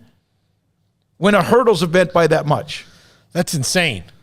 I mean, I don't know what... this race is over right now unless he falls. Yeah. This kid in the red doesn't know what he's doing. No, he's struggling. His arms are straight out every time, like he's pirouetting over the thing. At least he's clearing them. I couldn't do that. I have never seen... And I think he actually did kind of fall forward a little bit after the last hurdle. That's probably as grueling an event. The longer hurdles, of course, even longer, 400 meters, whatever. But I have never seen somebody win a hurdles event by 2 like the length of 2 hurdle jumps on the track. I mean, 2 things were happening there. Clearly, he's a fantastic athlete, but also that was not probably the most challenging heat he'll ever face. Stop. I mean, if you told me all those guys had something with the name Fritter at the end before the race, I would also believe you. Oh, my God. All right. Let's see here from the chat room today. So do you guys think the assistant head coach for Gates, any ACC guys are in the know? Dennis Gates will hire Florida State's Charlton Young. Paul, what's going on here? That's a big deal. Like Dennis Gates and CY worked together under Hamilton. CY brought in guys like Terrence Charlton Mann. Young is CY, by the way. They brought in a ton of guys. If Missouri, I wonder if they're going to coach like Ham does at FSU, in that he's got 12 guys on scholarship. Those 12 dudes are going to play. And he kind of wears people out with being tall and fast and athletic and angular, and the fact that foul trouble is never really that big of a deal to him. And, granted, some guys you get in foul trouble, you're kind of like, oh, well. But Scotty Barnes, I mean, they've recruited NBA players at FSU. And this year FSU had a ton of injuries. But if you look at the last few years, what Leonard Hamilton has done there, it's because of guys like Dennis Gates and CY. And Joe Memo's a huge Missouri fan. That's a great hire. And he was asking about that, and I'm glad you know more about CY in personal terms as well. So, Show Memo, thanks for the note, and Paul just gave you his knowledge just tons on that as well. Yeah, I saw that, and I was like, well, and here's the thing. I'm always the guy on the shows like, don't get too attached to assistant coaches.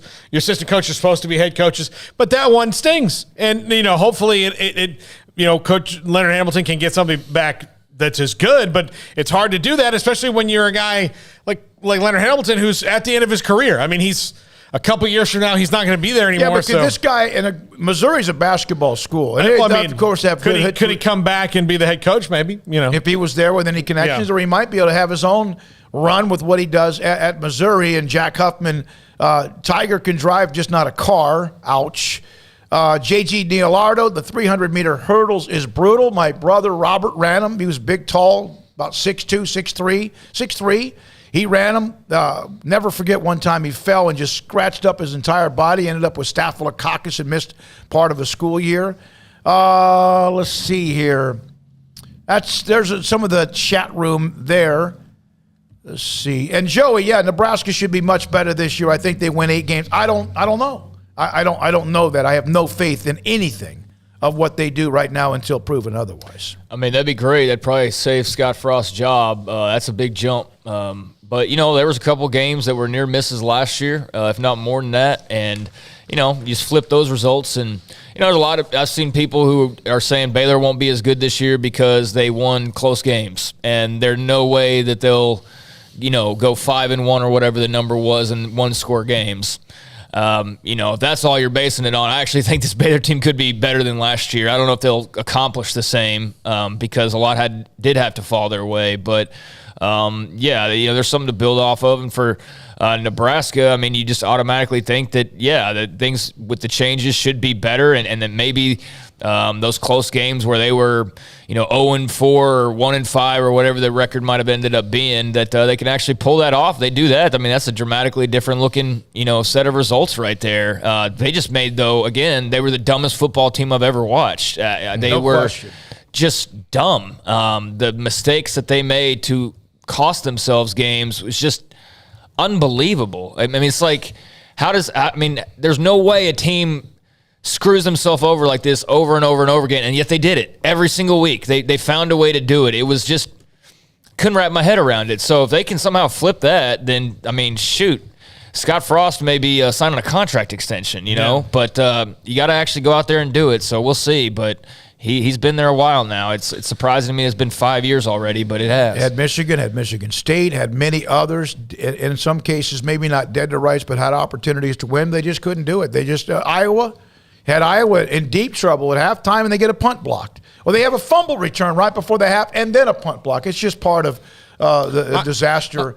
And Scott Frost still has to take all accountability, no matter what he took over, because he's been there long enough to go back to the basics of fundamentals of how to win football games. And special teams makes average teams good teams great, and they've been horrible with that as well. I think two things would change if they are just passable on special teams, and last year they were not. They had a failing grade all the way across the board.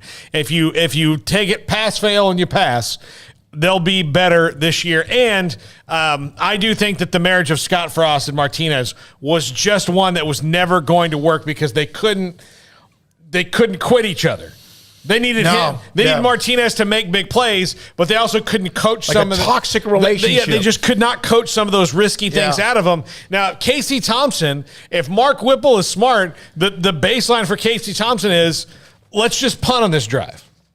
Because if the special teams are better and your punt team is better and you don't turn the ball over in bad situations, then you'll be better because those things that were losing you close games, you stop doing so you can go from being a 4-win team to a 7-win team because those 8 stupid plays that turn the game around are over. And then after that you can build on, maybe contending for the conference, but right now they got to just figure out how to be a team that doesn't do stupid stuff. Well, we featured 4 teams today. We'll continue to do that. Also, numerous emails out for various coaches.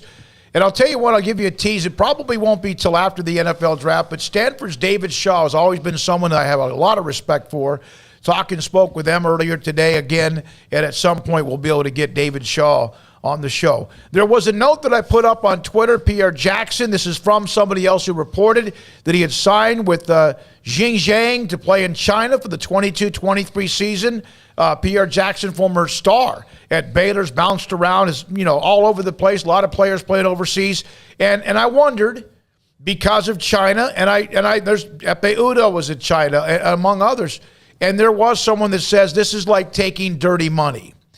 Do you guys agree with that? I mean, to an extent, it's hard to look at places like China and Russia and think what I'm doing here is completely legit. But also, I mean, none of us if China called and offered me that kind of money to do a radio show, I'd have to consider it. And especially if you have this one shot in an athletic career, you can do a radio show for 50 years, nothing ever changes. But you only have a limited time to make money in professional athletics. So, I mean, it would be hypocritical of me to be like, oh, dare he do that? I mean, it's China. It's not great, but I don't know. It's hard for me to take a big moral stand if I could probably have been swayed the same way if I was in Pierre's position.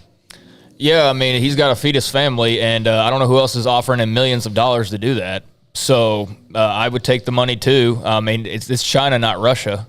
It's not like he's going and playing for the Russian league in the midst of all of this. I know China's just perennially the bad guy, but you know what? To those people, so's the U.S., and we're not perfect either. So I don't have much issue with it at all. That's where a league is. That's a league that wants him to play. I mean, and what reason really is he going to cite, I'm not going to go over there because the Uyghurs are being mistreated apparently? What is he going to say? What's going to be his reason for not going? I guess it could be that, but I mean, does Pierre Jackson keep up with that? I mean, not everybody's reading Twitter all the time and, soaking in Chinese propaganda or the alternative of that, so it's just weird. I don't see much conversation about, and I don't know if I'm pronouncing it right, but the Uyghurs. Uyghurs. Okay, Uyghurs. Okay, thank you. I'm glad to know that. I don't see much conversation unless it's some China and the NBA are linking up. Oh, well, the Uyghurs, I mean, but then, do you hear about it in normal conversation ever outside of the realm of sports? No, not really, you don't. Maybe you do if you follow politics closely. But, I mean, as far as Pierre, he's got to do what he's got to do to make a living and live his basketball dream. So, I mean, if he was signing with Team Moscow, yeah, I'd have a bit of more of an issue with that. But we're not at war with China in official terms. There's a forever war that goes on, obviously, behind the scenes. But, no, I don't have an issue with it. Every single one of us not you. Yours was probably made in Taiwan, which is going to be China, or China already thinks that it is. But Apple computer right over there. Apple computer, iPhone, Apple computer. All the stuff we're using right now is made in China. So, I can be like, hey, don't do that. But American companies are giving me stuff made in China all the time that I need every day. So, I mean, we kind of have to accept this dangerous little thing. I asked the question, would you, if offered a ton of money, whatever the ton of money, could be 100,000, could be $1 million, make a living in China, would you? Mike, I would. Roger the Dodger, Phil Mickelson is interested. Of course, with the Saudi Arabia and the backing of that golf tour. And there are a lot of times when we say, oh, there's no way, and yet our shoes are made there, or what we are wearing on our bodies might be made there, or something that we're within our cars that we drive that might be from there. And then some companies have American flags in China. And in some cases, there are human rights issues in a lot of countries, and not just in the ones that we hear about the most. Yeah, look, China's not the best.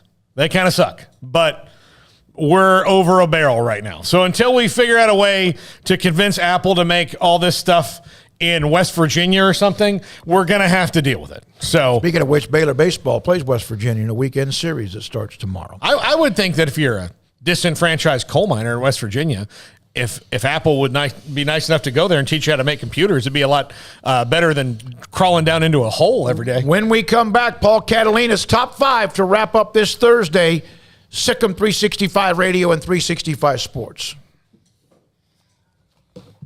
Baylor University is where lights shine bright. So, let there be light. Let there be roommates and teammates, scholarship and championships. Let there be fresh starts and new traditions, fast friendships and lasting impacts. Let there be laughter. Let there be joy.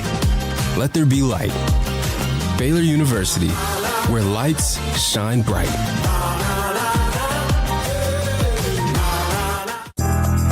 Riverbend Liquor and Wine, Lakeshore Drive at North 19th Street in Waco is a hidden gem. They've got a great selection of spirits, wine, and the most extensive selection of craft beer in Waco in their gorgeous walk-in fridge. And they have an amazing array of high-end bourbons like Pinhook, Weller, Buffalo Trace, Brush Creek, Hotel, Garrison Brothers, Thomas S. Moore, Hooten Young, and Bardstown. Great customer service and a convenient and speedy drive-through window. Riverbend Liquor and Wine. Find out more on Facebook and Instagram.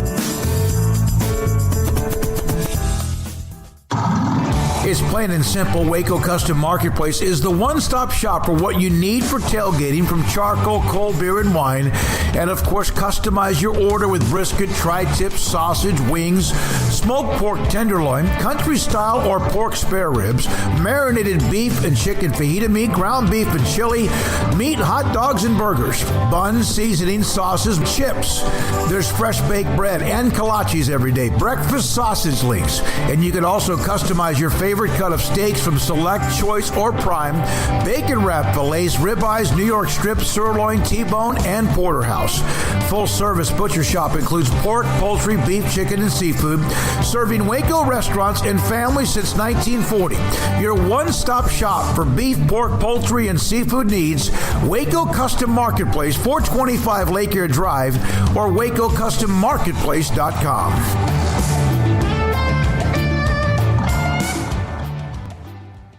Brad Boozer, Boozer's Jeweler, joins us on Sikkim 365 Radio. I've seen people walk in there. First of all, you have so much to show, whether necklaces, bracelets, rings. You have the watches. You have numerous great watches as well. You really have pretty much everything, don't you, when it comes to jewelry? That's correct. Kind of a one-stop shop and all. And the fact that we have the 2 jewelers on staff, the repairs we can do, the fixing of your jewelry, and the remaking of any jewelry has really set us apart from anybody else. You want to know why they're successful? Brad Boozer, the owner of Boozer's Jewelers on the corner of Valley Mills and Lake Air in Waco.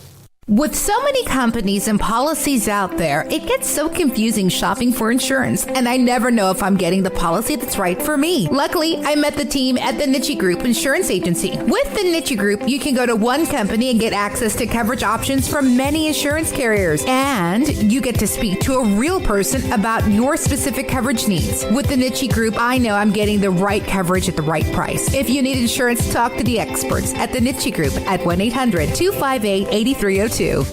One size fits all. That may be all right for an adjustable belt or cheap sunglasses, but when it comes to your financial needs, no one wants a one-size-fits-all strategy. Ben Erlinson, your Edward Jones financial advisor, knows that his most important goals are yours. That's why he takes the time to understand your needs, knowing you. That's how Edward Jones makes sense of investing. Ben Erlinson, 100 North 6th Street in Waco, 254-759-8533. Edward Jones, member SIPC. Welcome back to Sikkim 365 Radio. This is Paul Catalina's Top 5 at 5:55, presented by Champion Salon and Barber. To book your appointment, go to championsalonandbarber.com. As promised, Top 5 Bob Bowlesby replacements. Not heard back from a couple of sources here, but this is a lot that I kind of gleaned from research here. So I kind of broke them up into categories on the 5 different ones because there's different ones. So number 5, if you're going to promote a Big 12 AD, Shane Lyons from West Virginia has experience on committees, has been kind of all over the place doing different things. He's the one I think could kind of handle everything very kind of smoothly. A lot of people may think Kirby Hocutt on this list, but I think Kirby Hocutt, while I think there might be a little bit of Greg Sankey in him where he can like step out and be very braggadocious about things, I'm not sure that he's the guy they need right now. It's going to be interesting to find somebody who's a power broker who doesn't have an outward ego. Yeah. Is that? Yeah. Like Slive knew that, but I never thought of him. Sankey does. Sankey really does. Yeah. Jim Delaney from the Big Ten. This is a guy that has kind of come out of the wood. Like I've seen his name on more than one list as well. Yeah. So that would be kind of an interesting one to me, and he's got experience in a lot of different places. All right, so number 4, university president route. Kirk Schultz from Washington State was at Kansas State. Has been on the transformation committee and all that. Well liked around the Big 12 already. Very plugged into athletics where he's been. That's why he's been popular at Washington State, because he's all about fixing their athletic program. But he is someone who's also, a younger candidate as they go. Certainly younger than the guy who's the popular pick, and we'll get to that at number 1. But he's someone who's been involved in a lot of different things as well, and might be able to, because he's worked in different pockets of the country, be able to navigate a lot of those things. Okay. Right. Yeah, I do, Paul. I'd love to chime in. I have no idea about Kirk Schultz, so I'm just going to roll with you on this, man. Yeah. So number 3, the fast-rising AD, a guy who served on the College Football Playoff Committee, who's done a lot of different things, college basketball. Michael Kelly from USF. He's been kind of all over the place, and he is an AD who's trying to get stadiums built for USF and improve their facilities. People really like this guy. He's a fast-rising, popular guy. I don't know if the jump, though, from USF AD to Big 12 commissioner is what they would, but he did kick the tires on the ACC job when they hired Jim Phillips a couple years ago. Where was Slive before he was Slive? Where was Delaney? And I don't know. A lot of times may have been involved. Bob Bowlesby was at Stanford. So it before that kind of makes sense that you would Iowa. Yeah. But that you would make that jump. But this is an interesting one and one to watch. Number 2, the in-house choice would be Ed Stewart, who's worked with Bob Bowlesby for a very long time, and is somebody that if the Big 12 kind of wants to keep the same kind of vibe and maybe add, Ed Stewart's expertise to it, this is maybe don't necessarily change courses in midstream if you have a plan that you like now. And Bob Bowlesby thinks very highly of Ed Stewart. We've heard him mention Ed Stewart before when we've had him on the show. So I've interviewed him once on the show. Seemed like a very, kind of a guy. He doesn't walk around, look at me, look at me, look at me. I'm not saying that's good or bad.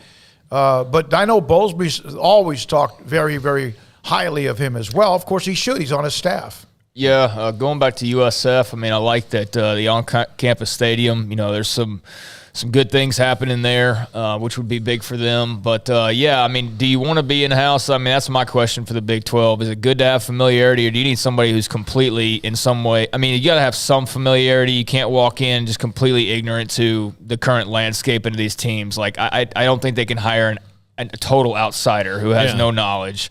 But I also don't know that you want to go basically, would he be just more of Bowlesby? You know what I mean? Would it be more of just kind of the same thing? I'm not saying, that Ed Stewart's just Bowlesby because he worked under him, but that's what I need to know. Is it going to be more of the same, or is it going to be drastically different? And because they need something not necessarily drastically different, but they need different. Well, and I'll tell you, one of the things this list has changed dramatically than what it was. I would have had a guy on this list as number 1, no matter who else I had last year not happened, because I thought for years the guy who would take over for Bob Bowles, who would be Joe Castiglione at Oklahoma. But you're not going to hire a guy who was part of the bid to derail your conference. Not a coup, but it was a coup. Basically was. I couldn't How see ironic that. would that be? And I mean, what would be? I guess if Castiglione really wanted a commissioner's job, then maybe. But I mean, that would just be awfully weird and just a very strange sequence of events. So yeah, that'd be hard to. No, I mean, I think his candidacy ended 9 months ago. Yeah, so but I mean, that's couldn't why trust him. But You can't trust him again. Had before that, if you asked me who's the guy in the Big 12 that they want to take over, it'd be him because of the way he was well thought of and the way he's navigated everything and how well connected he is. But that's over now. No, he's already shown his colors and there's no trust in him on anything. There's three guys: he, Del Conte, and also a wrestler that cannot be even included. Doesn't matter what they say, you don't believe it. You don't believe it one single second because the entire time you know that they're going to look. They got to do their jobs and do what's best for their universities. I cannot blame them for that. That's what they were hired to do, and what in both of their cases they get paid a lot of money to do. But yeah, I'm not going to believe a word that comes out of their mouth ever again after the events of last summer. Yeah. All right. And number one, the popular pick, Oliver Luck. Look, Bob Bowlesby is 70. Oliver Luck is 62 or 63. So I don't know if this would be necessarily a long-term hire, but he is, he's done a lot of different things. He's been an AD. He's been the commissioner of the XFL. He's been in business. He's worked for the NCAA. Everybody likes Oliver Luck. We've met Oliver Luck. He's, he's, what you kind of look for in a leader in certain things, but is this the job that he wants at this certain time? Is he the right guy? I would say, to me, I would feel confident in giving Oliver Luck this job if everything was normal and it was kind of a, make sure everything stays the same and prove you where you can. But I don't know if, I don't know, and he might be. I don't know. I don't know enough about him as a leader to tell you that he can navigate the new TV deal and all the different things going on in college football right now. Yeah, I don't know if that sparks any kind of fire. I think he's a safe pick. I don't know if he's the right pick. He was, without question, when all hell broke loose. He was a kind of a reconnaissance flight out to look at various places around the country to talk to certain people to try to help see if he could, maybe create some interest with this team or that program or whatever.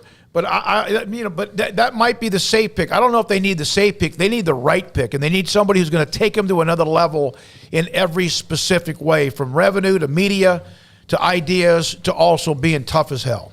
Yeah, and going back to Castiglione and Del Conte and whoever else you want to throw in that mix, in terms of not trusting them, it's not like they came out and just flat out lied either. So I can't say that they did that. But Castiglione did have ominous warnings for 3 years, just little comments here and there. But yeah, I mean, the fact that it was done all behind closed doors the way that it was, and the fact they had no problem just leaving the Big 12 to die, that breaks trust for forever. And on Oliver Luck, I mean, yeah, that's the safe pick. I mean, that's what you could definitely say. He would be the safe choice and probably the odds-on front runner if you were just basing it off of safe choices. But I need to know more, or would have to learn more about him to see exactly why he would be great, other than, he just makes sense because he's been here and we all think he does a good job. We can't really break down why he does a good job, but we've just been told he does a good job and is well respected, and that's really all we have to go off of. But he seemed to have this last stint not the case with the XFL. That's currently in a lawsuit with Vince McMahon. But outside of that, yeah, I mean, the guy's received very high marks and seems to be well respected. And if it was him announced tomorrow, I would not be shocked at all. But is it the best choice? I don't know about that. I don't know. AD at Oregon, the AD at Colorado. I think George, one of those two, their names are on the list. Different people. On3 had theirs. The Athletic had theirs. SI had theirs. All of them, though, are plugged in pretty well. All right. Thank you, Paul. Appreciate that. Anne-Marie Winter, Jack McKenzie, also Levi Caraway here as well, along with Armstrong Sims, his best friend, Scotty Scheffler, right near the top of the leaderboard as the Masters is winding down the first round. For Paul, Catalina, Craig Smoak, our amazing sponsors. Today we started year 3 of Sikkim 365 Radio and 365 Sports. Enjoy the evening. Thank you for watching. Good night.